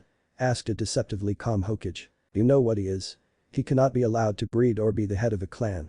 I would have no problem if one of the children were to lead the Uzumaki clan, but not him," the man argued. "Of course I know what he is a shinobi of Konoha. If that's a reason he shouldn't be a clan head, I'd like to see you tell the rest of the clan heads that." Hiruzuin responded as the shinobi council stared at the man who was turning rather pale at the old man's statement. "And as for your insistence that one of the children would be better suited to lead the Uzumaki clan, Naruto is the only one with ninja training, and he has both a Kekkei Genkai and the highest amount of sealing expertise among them, which, as I'm sure you know, is what the Uzumakis were famous for." "Okage-sama, will the young Yuki be beginning a clan?" asked the man who had been staring at her. "She has not applied for clan status, so no, she will not." "Danzo. Then what will she be doing and where will she live?" asked Danzo, making Haku a little uncomfortable with his interest in her. "She will be living with her father's Zabuza and will be working in the hospital as a medic nin," stated the Hokage. "Very well," acquiesced Danzo. "Now, is there anything that anyone would like to ask?" asked the Hokage. "What did the Gaki find?" asked a woman with frizzy brown hair, slit-like pupils, and red marks on her cheeks asked. "That is a matter you will have to ask of Naruto, Tsum-san," stated the Hokage. "If that is all, Jiraiya and I will now be showing Naruto, Asagao, Kihi, Haku, and Zabuza to their new homes." With the completion of the council meeting, the 7 of them then went to an apartment complex where the Hokage presented both Haku and Zabuza with a key. As they were about to be led to T&I by a couple of Anbu, Haku asked, "Is it alright if I come along to see Naruto-kun's compound?" "Sure Haku-chan, as long as Jiji says it's okay," responded Naruto as Jiraiya giggled in the background. "I don't see why not." 5 minutes later the group met up with a man wearing a tool belt outside a section of the village, which was walled off with a gate in the center of each of the 4 walls. Naruto could see the obviously recent addition of the Uzumaki symbol lining the wall, each about a foot in diameter, about 5 feet from one another, and halfway up the wall. 12. "Well, it looks impressive enough. I'd like to be the first to formally introduce you to the Uzumaki compound of Konoha, Naruto-kun, Kihi-kun, Asagao-chan," said the Hokage as he opened the gates of the compound. The whole area was rather large, 13, there were several buildings, most of them being 2-story houses, a few were single-story or simple sheds, there were even what looked to be stores or food stands. Here and there were empty plots of land for whatever one wanted to put there, as well as several ponds, gardens, training grounds, and even a couple of onsens. In the center of the complex was a 2-story house that was easily the largest in the area. The 3 Uzumakis, for the first full minute, just stood there in awe of what would be theirs. "Naruto-kun, as clan head, you will be living in the largest house in the compound. Asagao-chan, Kihi-kun, you will have to live with him at least until you become genin. At that point, you will be legal adults and can live on your own in one of these other houses. Or you may stay civilians and wait until you are 20. The Hokage told them, snapping them out of their reverie. "Now, Naruto-kun, I'd like to introduce you to Daichi, he is the man who will be making the shrine for the IDs you found." "Alright Gaki, I haven't got all night, where do you want it?" Daichi asked rather gruffly. After a brief tour, Naruto settled on a location. It was a medium-sized clearing on the shore of a large pond and surrounded on 3 sides by sakura trees in the northeast corner of the compound. "Alright, it should only take a 2, maybe 3 weeks at the most kid," said the man, who then proceeded to take measurements. "What do you say we get you situated Gaki?" asked Jiraiya as the Hokage led the group, minus Daichi, to the clan head's house. The Hokage, along with Jiraiya, then showed the Uzumakis around their new home. When they entered, the first thing they noticed would be a staircase leading up to the 2nd story. On the first floor there were several different rooms, including a large dining room that could seat 10 comfortably, a fully equipped kitchen with a rather large pantry and several cabinets, 2 linen closets, each adjacent to one of the 2 3/4 bathrooms, 14, a medium-sized onsen, a workroom, a small infirmary, a few empty rooms, a library, and an armory. At these last 2, Naruto made several clones, gave them the sealing scrolls from the vault, and told them to unpack. He also noticed that none of the rooms besides the dining room table and chairs, the equipment in the kitchen, the weapons racks in the armory, the infirmary, and the large number of shelves and bookcases, the house was completely empty, there was no furniture. After that the group made its way upstairs. There were 8 doors on that floor, one of which was a full bathroom, 2 of which were offices. Naruto placed the summoning contract and the sealing scroll from the clan head section of the vault in the biggest one, as well as the pictures of the Uzukages, and the rest were bedrooms, and unlike the rooms downstairs, they were furnished. 3 of the bedrooms were the same size, with 2 windows each, a full-sized bed, and a closet. The last bedroom was easily twice as large as the others, had a king-sized bed, 2 windows, a master bath, and a walk-in closet. It was at that point that a large amount of yelling was heard coming from downstairs in the armory, and Naruto groaned and started mumbling about crazy people. "What's wrong, Aniki?" asked a concerned Asagao. "One of my clones had an accident, Imato-chan.